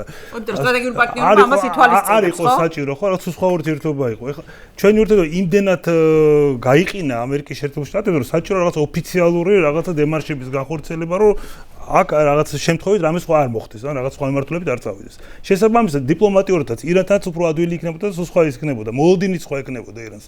დღეს უკვე მოლოდინი შეცვლილია ირანს. ისმეს ერთს პოზიციას, ამ დროს სხვა რამე აქვს საქართველოს გასაგებ. საქართველოს არ აქვს ის ფუფუნება ეხლა რომ გამოვიდეს, ბრძოლა გამოუცხადოს თელობას. სხვა სიგნალები გაუშვოს, ირანს არ გამოზიდა, საქართველოს მithumetes არ გამოვიება. შესაბამისად, აი ამ არათანმიმდევრულმა დიპლომატიამ, არათანმიმდევრულ პოლიტიკამ, ხო, მიიყვანა იქ რომ ნებისმიერ ქვეყანასთან ვართ მოწყვლადი. რეგიონის, არა მარტო ირანთან, არა ნებისმიერ ქვეყანასთან რეგიონის. აი ხო და აი ზუსტად, აი ხო სოციალის ჩემო კოლეგამ მერა მეტრევა ძალიან სწორად დაწერა. აბა ეხლა აზერბაიჯანის ელჩმა რაღაცა მუქარი შემცველი წერილი გამოაქვეყნოს. ვერც იმას ვერ გაუბედავს. და რატო ვერ გაუბედავს ეს მე ვილაპარაკოთ, საერთოდ რას წარმოვადგენთ თავდაცვის უნარიანობის კუთხით.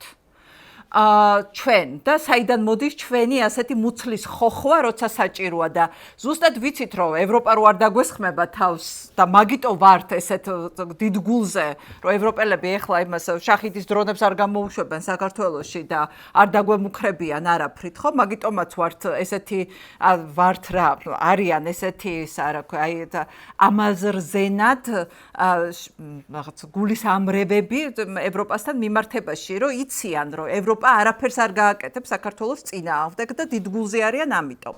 აბა იგივე აზერბაიჯანის ან თურქეთის ან ვისგანაც ან რუსეთის იმან თქვას, სომხეთის. ან თუნდაც სომხეთის, იმიტომ რომ სომხეთმაც რომ მოინდომოს რამე საქართველოს წინააღმდეგ თეორიულად, ჰიპოთეტურად, ხო?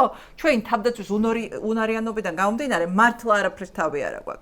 ეხლა ეს ერთი, უბრალოდ რაზე მინდა გადავიტანო ყურადღება და ისევ სანდროსთან და მე ჰაკიას დაუბრუნდები.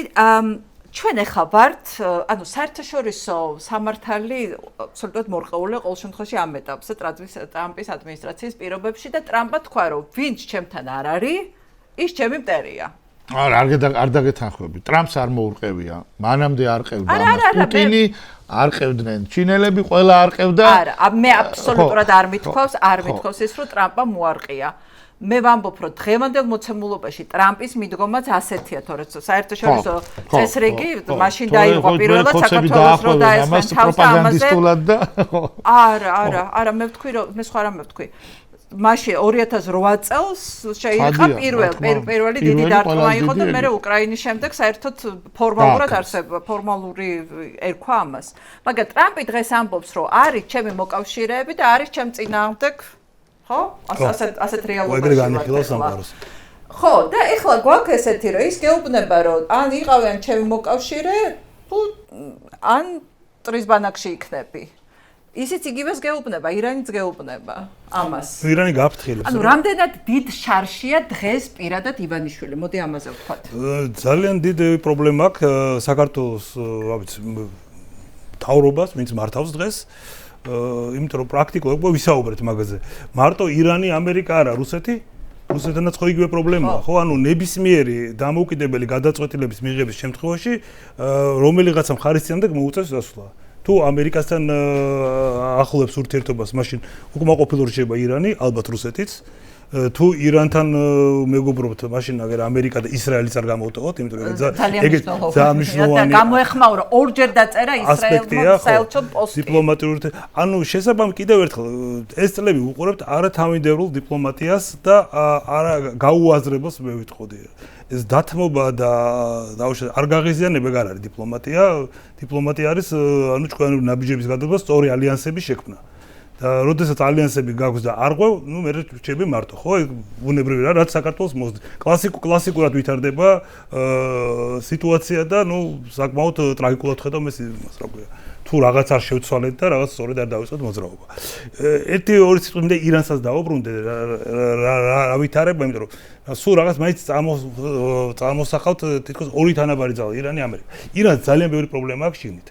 თუ კიდევ ერთხელ ეს ეთნიკური მომენტის გამოტოვება საერთოდ არ შეიძლება ირანში რაც ხდება. ირანში მაგალითად ჩრდილოეთში ცხოვრობენ 20 მილიონზე მეტი თურქულენოვანი ხალხი, რომელიც აზერბაიჯანთან აფილირებული და ახლომდგომი ხალხია. სამხრეთში ცხოვრობენ შიიტები, მაგრამ არაბები. აღმოსავლეთში ცხოვრობენ პაკისტანის საზღვარზე ბელუჯები და დასავლეთში ქურთები. ანუ საკმაოდ დიდი მასაა მოსახლეობის, რომელიც არ არის ირანელი და აქვს თავისი ეთნიკური წარმომავლობა. კიდევ ნებისმიერი გართულება სიტუაციის მანდაც შეიძლება პრობლემა მოხდეს ირანისთვის. ანუ ხანგრძლივ პერსპექტივაზე მაინც მე იმ აზრის მომხრე ვერ გაგრძელდება ძალიან ხანგრძლივად ირანსაც მოუწევს დათმობებზე წასვლა და თუ არ წამოწავა დათმობებზე მე ირანს შეიძლება შექმნას სერიოზული პრობლემები. ანალოგიურად აი მაგალითად ეს მოლაპარაკებები როცა მიდიოდა იგივე ხამენეისთან, ალი ხამენეის გულისხმობ, ხო? მიდიოდა მოლაპარაკებები, ვირტუალური პროგრამა, რა ვიცი, წლები გრძელდება. ბოლოს იმით დამთავრდა, რომ ამერიკელებმა, ნუ არის სწორად, არასწორად და ნაჩქარება ჩაატარეს ოპერაცია და გაანადგურეს მთელი ლიდერშიპი. ანუ რაღაცა ვერ გათვალეს ირანელებმა აშკარად. ეხლაც ისეთ საბჭოებას ტოვებენ, რომ კიდე ზედმეტ ვაჭრობენ და ნუ კიდე თუ ზედმეტი ვაჭრობენ, კიდე გადაიბაჭრეს. კი, ხო, აი მეტი არ მოუვიდეთ, ხო, იმიტომ რომ მათ არის პრობლემა სერიოზული, იმიტომ რომ აი ეს გუშაკთა корпуსი რაღაცა ვარიანტი არის ძალა, მაგრამ მეორე ხალხი არის პრობლემა. ეს ხალხი რო არ ეპოტინებოდეს დაუშვათ იმ ძალაუფლების შენარჩუნებას, იმიტომ რომ ყველა სეგმენტი მათ აქვს დაკავებული. ძნელი არ იყოს მათთვის ძალაუფლების დაკარგვა. შეიძლება ბევრად უფრო ადვილი ყოფილიყო ირანისთვის სიტუაციიდან გამოსვლა. ირანს ბოლო ჯამში არც ისრაელთან არანაირი პრობლემა. ანუ არც ტერიტორიული მეზობლები არ არიან, მხოლოდ იდეოლოგიური პრობლემაა. და ნუ ამერიკასთან მით უმეტეს არანაირი პრობლემა არ აქვს ისტორიულად. თუ ვინმესთან პრობლემა გქონდა, ეს ბრიტანელები იყვნენ. ნუ მე-20 საუკუნის 50-იან წლებში ამერიკასთანაც იყო რაღაც, მაგრამ ძირითადად ბრიტანეთი იყო მათთვის ანტაგონისტური ის, როგორც ახსენეს საბჭოთა კავშირი. 79-დან 1907 წელს რუსეთმა და ბრიტანეთმა გაყვეს შუაზე სახაზავით გახაზეს და ჩრდილოეთი რუსეთს დარჩა სამხრეთი ბრიტანეთს. შესაბამისად ირანს ნავთობკომპანიის გამო და ნავთობის. ნუ ნავთობი იმიტომ სამხრეთი ტრადიციულად ბრიტანეთის იყო და ნუ ჩრდილოეთი ქართველებსაც ჰქონდათ იქ ჭაბურღილები ეგეთი დროს. ჰქონდათ. შესაბამისად ვითარება აკაკი ხოშტარიას და ანუ აი მანდ არის თავალი პრობლემა რამდენს ივაჭრებენ და როდის დაამთავრებენ ამ საღი აზრით ალბათ ჯობია რომ დროზე დაამთავრონ და რაღაცნაირად მოლაპარაკება შენება. ვეთანხმები იმას რომ ძალიან უჭერს ირანს ახლა რამაზე მოლაპარაკება. ანალოგიურად ძალიან უჭერს ამერიკასაც რაღაცის და რა უნდა დაუთმოს რომ ისა რა ქვია არ ვიცი ჰორმუზის სრუტის დაკეტვის ნებართვა მისცეს თუ და რომ თითელ გემზე აიღოს 2 მილიონი ყურის ქვეყნებიდან ჯარი გაიყვანება ამასაც ითხოვს აი ხო არარეალისტური დაუშვათ მაგრამ დანარჩენზე გამოვა რომ ირანმა გაიმარჯვა ანუ მანდ არის ძალიან ძიმე სიტუაცია შექმნილი მაგრამ გამოსავალიც არის თეორიაში რა ანუ და რა არის ეს გამოსავალი აი ეს პირველი ვარიანტი რაც შეიძლება უცებ შეიცვალოს ირანში ძალიან უცებ ჩამოიშალოს, როგორც ხდება ხოლმე ესეთ რეჟიმებში. არ ნიშნავს, რომ ძლებს და ეს სტაბილურია, ძალიან შორს ვამე მაგაზრის. ყველაზე რეალისტურად მე მეჩვენებ. ეგ რომ მოხდეს, აბსოლუტურად სიტუაცია იცვლება. მეორე ვარიანტია დიპლომატიურად რაღაცაზე თანხმდებიან მხარეები, დავუშვით ირანის თმობს და ამერიკაც რაღაც კომპრომისზე მიდის. არ ვიცი, ალბათ ირანმა უნდა თქვას ამ ბირთვულ პროგრამაზე და რაღაც ბალისტიკურ რაკეტებს და ეჭვმეპარება უარი თქვას, მაგრამ არ ვიცი, მოლაპარაკების თემაა, რაკეტებზეც მოუწევს უკვე. მოლაპარაკების საკითხია და ირანმა უნდა გაატაროს ჰორმუზის სრუტე უნდა გახსნას და წყნარად გაატაროს. რაღაცნაირად აი ამ ეტაპზე შეიძლება ეგეთ, მაგრამ კიდევ ერთხელ არ ჩანს ესა. ეხლა ჯერ არ ჩანს. მეორე რისკი ის არის, რომ როგორც თქვენ ახსენეთ, ტრამპმა შეიძლება თქვას, რომ უკვე მორჩა გავიმარჯვე, დამთავრდა და წამოვედი, მაგრამ ეს კატასტროფაა ტრამპისთვის შიგნით, ხო? ეხლა შიგნით როგორ იმუშავებს, როგორ თქვას, რომ ხო, გავიმარჯვე. დაკეტილი ჰორმუზის სრუტის პირობებში ვერ ყველაფერი ვერ გამოვა. ხო, აი არ ვიცი. არ აწყობს უბრალოდ მეც ესე მგონია. და რა შეიძლება საქართველოს აი ეხლა საქართველოს დაუბრუნდეთ და იმ შარს, რომელშიც ივანიშვილმა რეალურად გაყო თავი, მართლა ამ შარში აქ მე ერთხელ ვახსენე, რომ გეოპოლიტიკური ყულფი არის ივანიშვილისთვის ეს ირანი, ეს და ამერიკის ომი, ამერიკა-ისრაელის ომი ირანთან. და იმიტომ რომ ისრაელი ძალიან მნიშვნელოვანი ფაქტორია და ეს გეოპოლიტიკური ყულფი რეალურად უკვე დავიწროებას იწყებს, ხო?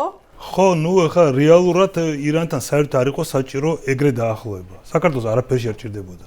მე არ ვიცი რაღაცა სხვა ინტერესი. რეჟიმს ჭირდებოდა. ეგ სხვა არ ვიცი, მაგრამ ქვეყანას არ ჭირდებოდა. ჭირდებოდა სანქცირებული ტვირთების ეგ სხვა თემაა, მაგრამ სულთა პოლიტიკური კუთხით საქართველოს ინტერესებში გარიყო და არაფერში არ ჭირდებოდა, არც არ აძლევდა ეგ.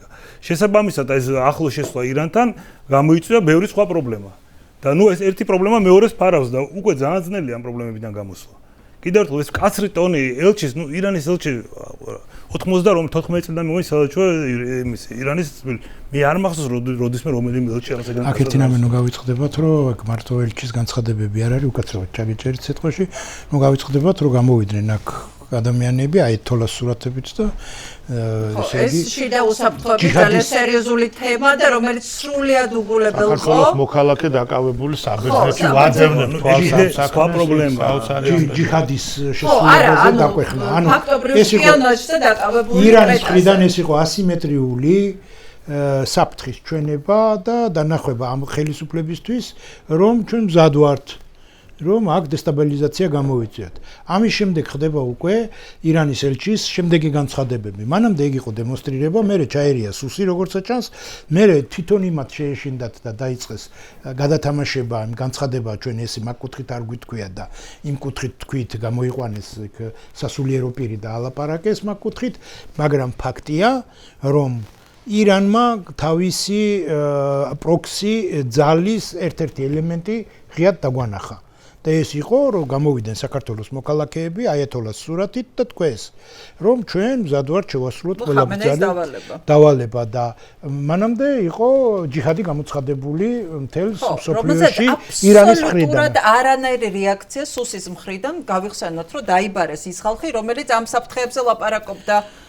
ის ხალხი, რომელიც ამ საფრთხეების კვალს ხედავს და ამაზე ვინც საფრთხეს წარმოადგენს. არა, ის ხალხი, ვინც ამ საფრთხეზე ქვეყნისთვის უსაფრთხოების ყველაზე დიდ გამოწვევებზე ლაპარაკობს, ხო? ერთ-ერთ ყველაზე დიდ გამოწვევაზე.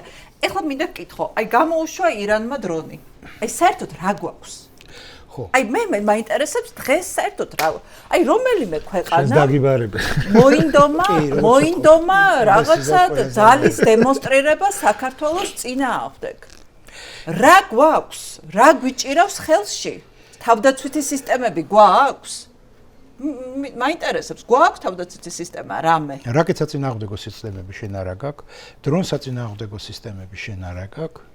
და შენ აგ გარკვეული ელემენტი გაქვს ჰაერსაწინააღმდეგო თავდაცვის სისტემის ყველაზე დაბალი რგოლის ვიწრო დაფარვის თემა. ანუ იმან შეიძლება ერთი ბრიგადის რაღაცა დისლოკაციის ადგილი დაიცვას. აქ ქვეყნის დაცვაზე და ქვეყნის ტერიტორიის დაცვაზე ლაპარაკი ზედმეტია. იყო ფრანგული ისინი, მოგეხსენება, ღიად იყო ღარიბაშვილი ხა ციხეშიზის, ეგ იმუქრებოდა რომ უკვე 2 წელიწადში დასრულებული იყო 21 წელში ამათი შეძენა, რომ სამივე სიმაღლეზე დაბალი, საშუალო და მაღალი სიმაღლის ჰაერსაწინააღმდეგო აქ იყო საბრძოლო ავიაციის წინააღმდეგ. რა თქმა უნდა, სრულიად და ანუ ამას ხო ისეთი გეოპოლიტიკური არეულობაა. აი რა მოხდება რა ეს აი რამდენიმე თვეში რა მოხდება ის არ ვიცით. კალეიდოსკოპური სისწრაფით იცვლება ეს გეოპოლიტიკური ვითარება, ხო? ვინ რა, ანუ ძალიან დიდი საფრთხეა, ანუ იმაში რეგიონში, რომ კიდე უფრო ეს დიდი, უფრო მასშტაბური გახდეს ეს ბრძოლა, ხო? არავინ არ ვიცით. აი არაფერი არ ვიცით საერთოდ. არა, ყველაფერს კარგად ვიცით. არა, ხედავთ, რომ მზად არ ვართ. არა, ეს ვიცით, რომ მზად არ ვარ, თორე იქ რა მოხდება და რისთვის არა ვარ მზად, ეს კიდე არ ვიცით. ქვეყანა დაუცველია. მეცაც გეტყვით, უსაფრთხოების დოკუმენტი არ განახლებულა 2013-დან კი არა, მე მგონი 2000 იქიდან. მაგარი მშვიდობა გვაქვს. ხო, არ არის ესე რა ქვია. ისიც ძველი იყო, ხო? ხო. და ერთადერთი რაც იქ წერია, შენი პირდაპირ და ბოდიში 2010-დან. 10-დან, ხო. 2003 ამ ყოველ შემთხვევაში რაც ხელისუფლებაში ოცნება მოვიდა, საერთოდ მაგ დოკუმენტის იგნორირება მიდის. მაგის განახლება არ მომხდარა. და ისე რა ქვია, იმ ძველი დოკუმენტებით რაც წერია, სტრატეგიული პარტნიორები ჩვენი არის ევროპა და ამერიკა და მტერი არის რუსეთი. ოკუპანტი. ხო, მაგის მერე თუმარ ანახლება, რომ ეგ აღარ ჩაწერა. აბსოლუტურად. ანახლება იმიტომ არ ხდება, რომ არ ჩაიწერო, რომ ეხლა რო განაახლონ, ეხლა კიდე სხვა ქვეყნებიც უნდა მიამატო და რისი ჩამწერები არის. ხო და ანუ რეალურად მოდი ეხლა დავიწყოთ რა, ადამიანის ფსიქიკა როგორ არის მოწყობილი, ხო? რატო წერია ბიბლიაში, რომ ჯერ იყო სიტყვა და მერე იყო საქმე, ხო? ჯერ უნდა დაიდოს დოკუმენტი, ამერიკა რას აკეთებს, ხო? თავის სტრატეგიულ დოკუმენტებს აქვეყნებს, იქ არის გამოკვეთილი ვინ არის მტერი, ამერიკის რას წარმოადგენს ეს პრობა და როგორ აპირებენ აი ამ საფრთხეების ლიკვიდაციას, ხო? სახელმწიფო დოკუმენტი უდევს საზოგადოებას. ამის მიხედვით უკვე პარალელური სტრუქტურები მუშაობენ და დამოუკიდებელი ინსტიტუციები და ამაზე აწყობენ თავის მოქმედების გეგმებს, ხო? ჩვენ რამდენიმე წლის წინ 2022 წელიწადს რუსეთი რო დაესხა უკრაინას თავს და ეს ომი დაიწყო სუვერენიტეტის და ქვეყნის უსაფრთხოებას და თავდაცვნარიანობაზე სიტყვების ის აგვიკრძალეს თქმა. ხო? ეხლა საკრძალულია. ეხლა საკრძალულია, იმიტომ რეალურად ეგ არის, ხო? ხო და ეხლა აქ უკვე მორჩენილია, ანუ ჩვენ არ აგვაქვს ერთი რამე.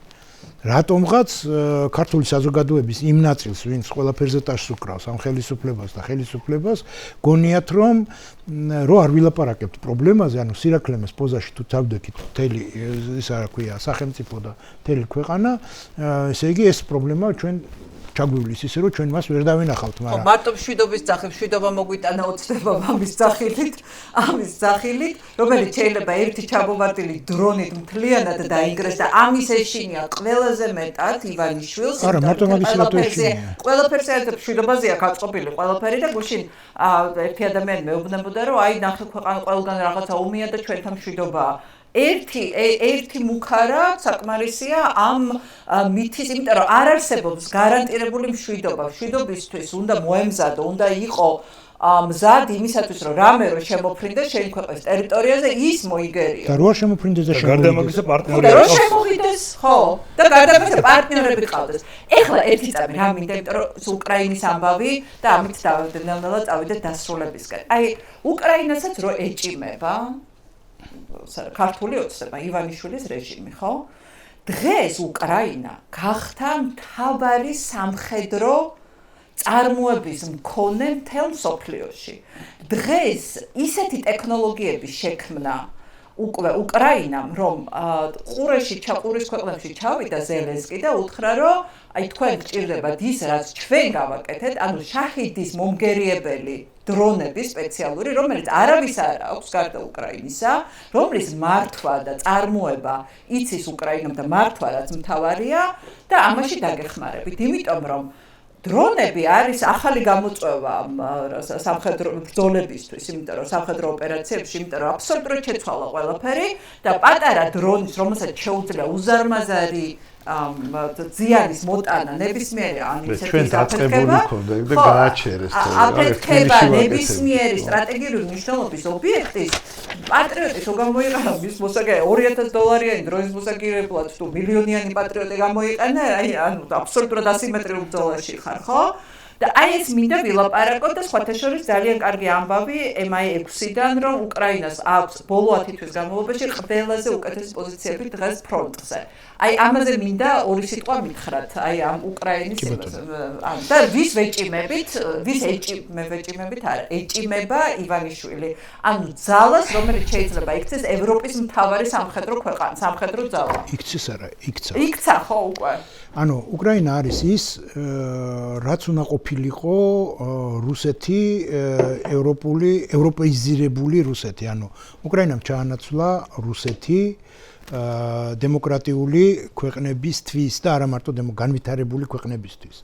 ანუ რეალურად, როდესაც არაბულმა სამყარომ დაინახა, რომ მიუხედავად აი ამ ხელა დიდი მანქანისა, რაც ამერიკის შეერთებულ შტატებს გააჩნია, ავიაცია, ავიამზიდები, რაკეტო პოტენციალი, კოსმოსური პოტენციალი და ყველაფერი, რაღაცა ტექნოლოგიურად ავტოფარეხში აწყობილი რაღაცა $500 დრონი არ ღვევს თელ ამ სისტემას უსაფრთხოების, ხო?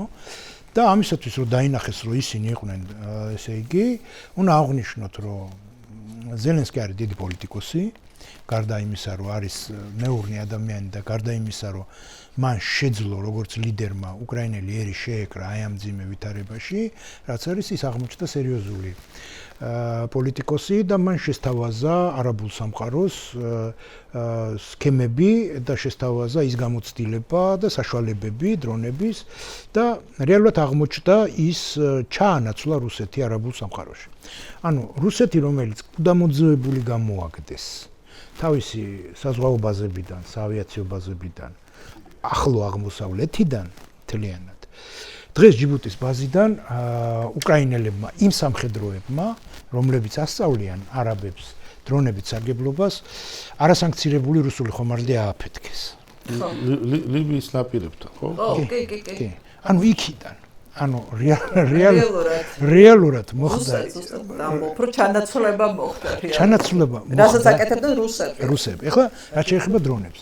უკრაინელები აღმოჩნდნენ პირველები ჯერ კიდე 22 წელში 23-ში უკვე ოფიციალურად მან როგორც სახეობა ისე შექმნეს დრონების თემა. ანუ მანამდე დრონები არსებობდა შეიარაღებულ ძალებში, ყოველთელი მსოფლიოს წამყვანი ქვეყნების ეს არ იყო ნოუ-ჰაუ უკრაინელების, მაგრამ უკრაინელებმა დრონების მართვის ტექნოლოგია შექმნეს ხელოვნების დონეზე, აიყვანეს და ის ცალკე გვარეობად ჩამოაყალიბეს. აი როგორც არტილერია, როგორც ავიაცია, როგორც აი მაგ კუთხით გააკეთეს და დახვეწეს ეს თემა და ის გამოიყენეს აბსოლუტურად ყველგან.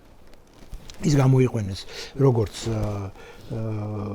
სახმელეთო დრონები შექმნილი აქვს. სხვათა შორის ის ხორცის საკეპი მანქანა, რომელიც ახლა იმ საზღვარზე მუშაობს, ზუსტად ამ დრონებით არის გაჩერებული დრონების არა მარტო საფრენი დრონებით, არის სახმელეთო ძალების დრონებიც, ყავთ საზღვაო ძალების დრონებიც და აქვთ საავიაციო, ანუ მფრინავი დრონებიც.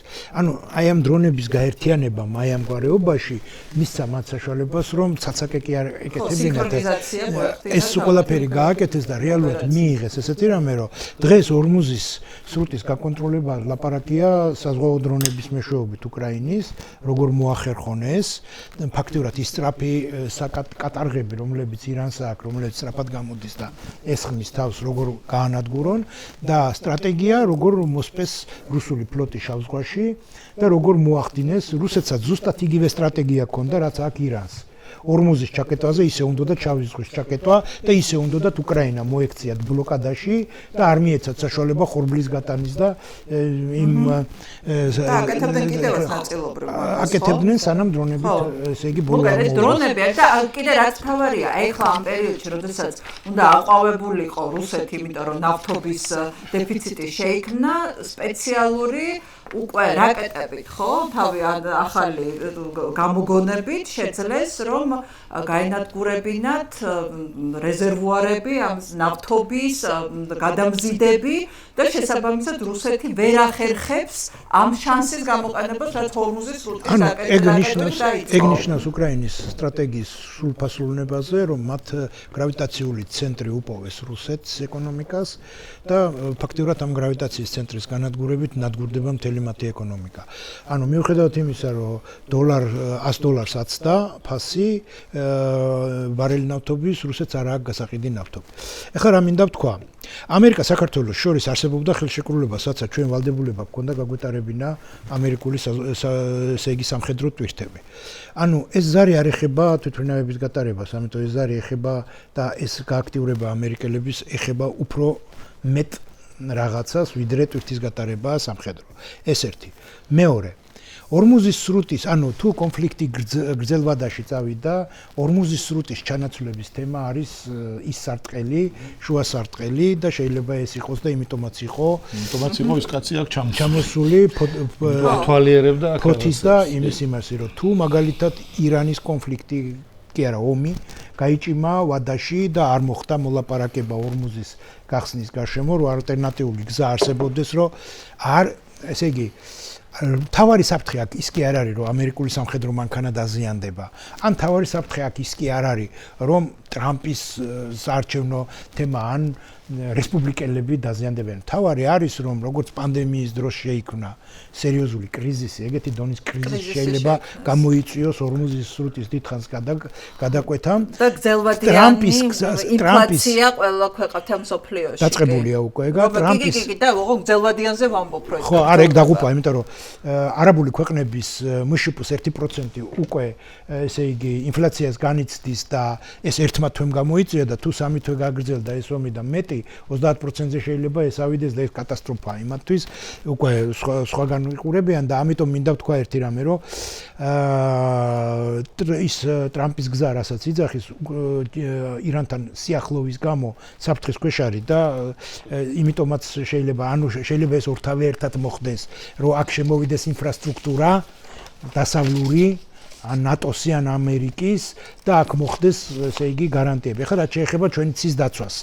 ჩვენი ცის დაცვა ნორმალური სახელმწიფო მოიქცეოდა ესე, რომ თურქეთი, აზერბაიჯანი, საქართველოს, სასომხეთი დაჯდებოდნენ და საერთო ცის დაცვის რეგიონალურად შეიმუშავებდნენ ეს ერთი და მეორე საქართველოს დაიწყებდა დიდი ფულის ჩადებას და დაჩქარებულად ევროპიდან, ამერიკიდან, სამხრეთ კორეიდან, უკრაინიდან, იქიდან იაპონიიდან, რომ ჩვენ სასტრაფოდ შეგვექნა რაკეტსაწინააღმდეგო დრონებით დაცვითი სივრცე. ჩვენი მთავარი მოკავშირე ეხლა უნდა იყოს უკრაინა და უნდა ვიყენებდეთ მას როგორც დამცავ ფარს იმ ტექნოლოგიური წინსვლით, რაც უკრაინას აქვს და ეს წინსვლა ხდება ყოველდღიურად, აი წარმოუდგენელი სისწრაფით.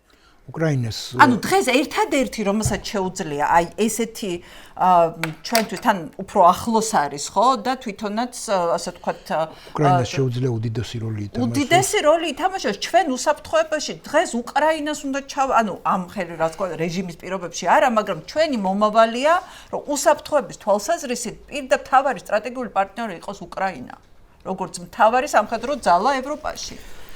ხო, რაც შეეხება უკრაინა და ირანი, ხო? ხა ირანი გეოგრაფიულად უფრო ახლოა და რაღაც უფრო გრძნობს ამ პრობლემებს, ობიექტური მიზეზებიდან გამომდინარე, მაგრამ პოლიტიკურად, რეალურად, ხო? უკრაინაში მიმდინარე მოვლენები ბევრად უფრო მნიშვნელოვანია საქართველოსთვის, ვიდრე ირანში მიმდინარე მოვლენები. ირანის რო დაახურული დარჩეს, დიდად საქართველოს სურათი არ იცვლება პოლიტიკურად. როგორც იყო, ვიცი, 47 წელი ისე იქნება. მაგრამ უკრაინა თუ ახერხებს წარმატების მიღწევას პრაქტიკულად ეს გეოპოლიტიკური სურათი მთლიანად იცვლება, ხო? მარტო მოლდოვა საქართველოსაც მოუწევს და სომხეთსაც და აზერბაიჯანს უფრო მნიშვნელოვანია. ანუ შესაბამისად ჩვენთვის ეს საკითხი ბევრად უფრო ახლო დგას და ეს პრობლემა ჩვენთან უფრო მნიშვნელოვანია. რაც შეეხება ირანს, ხო, ნუ ირანი რაღაც ლოჯისტიკურად შეიძლება მნიშვნელოვანი იყოს, ნუ ამერიკის პრობლემა და ამერიკის თვალშიც ჩვენი ინტერესი რასაკურველი გაიზარდა, თუ დაუშვათ სამი თვის წინ არ იყო ეგეთი საინტერესო, დღეს ბევრად საინტერესოა, იმიტომ რომ როგორც ახსენეს უკვე გზა არის და ნუ გზის ამბავში შეიძლება ძალიან მნიშვნელოვანი გამოყენება ყოველ საქართველოსაც. და ეხლა აი აქ ერთ კონტექსტში რადგან უნდა დავასრულოთ უკვე ძალიან მნიშვნელოვანია აი გზაზე საუბარი ორი ფაქტი მოიყვანოთ რეგიონიდან ხო რომ საავტომობილო ზანგეზურის დერეფნის რომელსაც ტრამპის გზა ქვია მესამენაირად. ტრიპი. ბოლოს ხო ეს არის ტრიპი, ხო, 90% არის მზად ალიევმა განაცხადა და რკინიგზა დაახლოებით 70%-იო და იმედი მაქვს რომ უახლოეს მომავალში ეს პროექტი სრულად იქნება რეალიზებული. როდესაც ვლაპარაკობთ დერეფანზე და ასევე ძალიან საგულისხმო იყო პაშინიანის შეხვედრა მასთან რა ქვია პუტინთან. ძალიან საგულისხმო. არაფერი დაუწმა პაშინიანმა. არაფერი ყველა მოთხოვნაზე პაშინიანმა ძალიან კაფეო პასუხები გასცა. პუტინი იყო ძალიან სუსტი. და უსუსტეს, აი რომ შეხედო აი კადრებსაც, აი აქაც ჩანს. ბოდი ლენგვიჯიც ესეთი იყო. ბოდი ლენგვიჯიც ესეთი იყო. არაფერი არ დაუთმო პაშინიანმა. თან პაშინიანმა. ეუბნება რუსეთის მოქალაქე არისო და თან არჩევნები და ის და იმან პასუხი ძალიან მარტივად და თუ რუსეთის მოქალაქეა რა უნდა ჩემს არჩევნებში პუტინი ძალიან სუსტი იყო. ჩემი აზრით. აი ხო, ახლა პაშინიანმა რა უთხრა რომ ჩვენო გააპროტესტეს ევროკავშირთან დიალოგი და ჩვენ დიალოგი გვაქვს როგორც რუს ისე სხვა პარტნიორებთან, რადგან სომხეთისთვის ყველაზე მომგებიანი წინადადებას ველოდებით. ანუ სახელმწიფო თავისი ინტერესი გამოკვეთა, ეროვნული ინტერესი. მერე პუტინმა თქვა რომ აი ოდკპ ვერ მიიღებდა მონაწილეობასო, ეხლა თქვენ სულშიო, სრული ტყუილი, იმიტომ რომ თქვენ თვითონ სადღაც აღიარეთ. დროში ასთენა. ყარაბაღის ამბები მანამდე ხდება და რასაც პუტინი ამბობს ეს მერე ხდება. უთხრა რომ აი ამიტომ რაღაცა რო თქვიო რომ აი ყარაბაღიო იმის ტერიტორია არის, ამიტომ ვერ მიიღებდა. ხო, მე მგონი დაბერდა, კი. დაბერდა ახლა, მე მგონი კი არა, ბიოლოგიურად დაბერდა და ამან უთხრა რომ ჩვენ ვერ მოსახლეობასო ვერ აუხსნითო ოდკბ რატო იყო ასეთი პასიურიო ომის დროსო. და არჩევნები იმან უთხრა რომ ეს რუსეთის მოქალაქეები რაღაცა რომებს და არჩევნების მონაწილეობის მიღება შეუძლიათ იმ პირებს, რომელთაც მხოლოდ სომხეთის მოქალაქეები. ანუ ყველა პუნქტი ფაქტობრივი შეცდომები თქვა პუტინმა, გაუნეიტრალა პუტინს. ანუ ეს ძალიან მნიშვნელოვანია სომხეთის პოზიცია და აზერბაიჯანის პოზიცია და სომხეთის პოზიცია და აი ამით მინდა დავასრულოთ. პასუხი თუ ნახე. ვისი? რუსეთის. რაო? განიხილავენ რაღაცა ფიტოსანიტარული ნორმებია სომხურა რაც უთხრა შეხვედრაზე. ანუ დაახლოებით როგორც ჩვენ გაგვიკეთა ემბარგო. როგორც აზერბაიჯანს გაუკეთა. იგივე. არ შევა სომხური. აზერბაიჯანთან რო არაფერი არ შეეძლო, აზერბაიჯანამ იმას ეთნიკურად აზერბაიჯანელებს დაერიგნა რუსეთის კრემლიდანაც რო შეხედო რა, ანუ ომი აქ ღია უკრაინასთან, აქეთ უნგრეთში არჩევნები აქვს, აქეთ სომხეთში არჩევნები აქვს, ხო? ამასაც რო თვითონაც ანუ რა იმაშია ხო რა დღეშია და ვერ აქეთ ირანი ამდენ რამეს ვერ წდება რა რუსეთი და ეს წინამძღოლში მიანიშნებს იმაზე რასაც ტრამპი ამბობს რომ ესენი ისტორიის თავდაღმართზე არიან და ვაცადოთ რა ყველა არ უწოდა ქაღალდის ვეფხვი. ხო ქაღალდის ვეფხვია ხო ანუ საინტერესო ანუ ეს ტრიპის დერეფანი ძალიან საინტერესოა და ნუ პრინციპში საქართველოს გარეშე მიუხედავად იმისა რომ სხვა მიმართულება ძალიან რთულად წარმომიდგენია არა სულფასობა ანუ გამტარობის უნარიანობა ხო ორი ერთად არის უფრო კი ამბობენ რომ 80% დამთა ეს ერთი მაგას დრო უნდა დასრულებას გამტარიანობა რა აქვს სიჩქარე რა აქვს სომხეთის პრობლემებიც არსებობს სომხეთს ჯერჯერობით მაინც დარჩენილია დე იურე ამ ორგანიზაციებში ოფიციალურად არ არის გამოსული. ხო, მოლდოვა გამოვიდა და ბალე სომხეთის ჯერჯერადგება იმედია. და მაგისა არის გიუმრის სამხედრო ბაზა, რომელიც გაფორმებულია 2024 წლამდე კონტრაქტი რუსებთან შეჯდაღმება. ანუ სომხეთს ბევრი პრობლემა აქვს. მაგრამ მაინც ნახე როგორ ღირსა სანდრო, კი ბევრი პრობლემა რო აქვს. აი ზუსტად ამ ფონზე არის ბაზა რო ყავს რუსული. და კიდე ბევრი ბერკეტი რომ აქვს მას რუსეთს სწორედ ამ ფონზე არის როგორ ღირსეულად იცავს თავისი ქვეყნის ინტერესებს პაშინიანი პუტინთან პირისპირ. არა, სომხეთმა აშკარად შეცვალა კურსი და ჩანს, მაგრამ მე სხვა რამის გამო და თქვენ კორიდორი რომელიც ეს ტრიპი, ნუ იქ ბევრი სირთულეა და საქართველოს მნიშვნელობა ძალიან მნიშვნელოვანია საქართველოს მომენტის, რომ საქართველოს იქ იყოს ჩართული, რომ წარმატებული იყოს ეს პროექტი, რომელიც უნდა გახორციელდეს. კი, და კიდე უფრო დიდ ხა იმას ეს დერეფანი უფრო ეს მიღწეულება, რაც სომხეთმა უნდა მიაღწიოს საქართველოს ამ 20 წელიწადში თუ 25-ში თუ 30-ში მიღწეულია გოგო ესა, ხო? გარდა მაგისა ენერგოდერეფანზე როცა ვსაუბრობთ, ყველა მილსადენი გადის საქართველოსზე. მოკლედ, რეალურად საქართველოს არის, რომ დავასრულოთ, არის აი ეს გეოპოლიტიკური ცვლილებები, შეიძლება იყოს საქართველოსთვის ძალიან მომგებიანი თუ ამ სიტუაციას სწორად გამოიყენებს ქვეყნის სათავეში მყოფი ხელისუფლება და სწორად დაალაგებს. ან შეიძლება იყოს მართლაც გეოპოლიტიკური საჰჩობელა, რომელზედაც თავი შეიძლება ჩამოიკიდოს, ივანიშვილის თავს არ ვდარდობთ, რა საკვირველია, უბრალოდ საქართველოს შეიძლება ჩამოეკიდოს ამაზე. იგია დამეთანხმება, რომ ალბათ საქართველოს 1000 წელი არ ქონია ეგეთი მომგებიანი მდგომარეობა თავის ისტორიაში. დავით და აი ყველაზე დიდი, ანუ მეგობრებო, ხა არაფერი არ გვინდა, ერთადერთი რაც გვიშლის არის ივანიშვილის რეჟიმი, თორე საქართველოს შეუძლია დღეს აი ამ სიტუაციიდან როგორც ძალიან პატარა ქვეყანამ თავისი როლი ისე სწორად გამოკვეთოს და ფუნქცია, რომ ამით ის გახდეს მნიშვნელოვანი მოთამაშე. რატომ მოგეწონათ პაშინიანის ლაპარაკი? იმიტომ რომ პაშინიანი გამოვიდა ეროვნული ინტერესიდან. ანუ ის ლაპარაკობდა სახელმწიფოს ინტერესიდან. თუ ჩვენ გვეყოლება ხელისუფლება, რომელიც სახელმწიფოს ინტერესების გამოვაჭრებით დაიწყებს და ააგებს როგორც შიდა ისე საგარეო პოლიტიკას, თითოეული მოქალაქე იქნება მოგებული და მისი კეთილდღეობა იქნება გარანტირებული, იმიტომ რომ ჩვენ ოქროს ძარღვზე ვზივართ. რასაც ქვია, აი ახლა თავარი გზა. რაზეც არის ლაპარაკი, როცა იციან, რომ არასტაბილურია ახლო აღმოსავლეთი და უნდა გადმოვიდეს თავარი არტერია მსოფლიოს ეკონომიკის კომუნიკაციის გზა უნდა გადმოვიდეს აქ შუა სარტყელის სახით.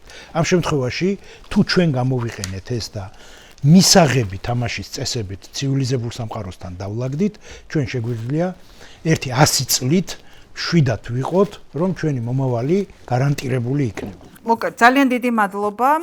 აკია ბარბაქაძე, გია ჯაფარიძე, განსაკუთრებული მადლობა სანდრო ლაცაბიძეს, რომელიც დიდი მადლობა გია, რომ აღმომაჩენინე, როგორც არაჩვეულებრივი რესპონდენტი და ეს ნიშნავს, რომ სანდრო ძალიან ხშირად იქნება ჩვენთან. და თუ ვინმეს ესეთი შემოთავაზება გაქვთ, კიდე საინტერესო ხალხზე ღია ვარ, იმიტომ რომ ვეძებ ასეთ ხალხს, მოკლედ, მე მგონი ერთ-ერთი ყველაზე საინტერესო გადაცემა გამოგვივიდა. პირადად მე როცა მომწონს, მგონია რომ ჩემს მაყურებელსაც მოეწოდება. დიდი მადლობა, მოკლედ და არ დაგავიწყდეთ ჩვენი პლატფორმის გამოწერა, ჩვენი პოდკასტების დალაიქება და კომენტარება, რაც ძალიან მნიშვნელოვანია, გამოყვებით Facebook-ზე, TikTok-ზე და Instagram-ზე.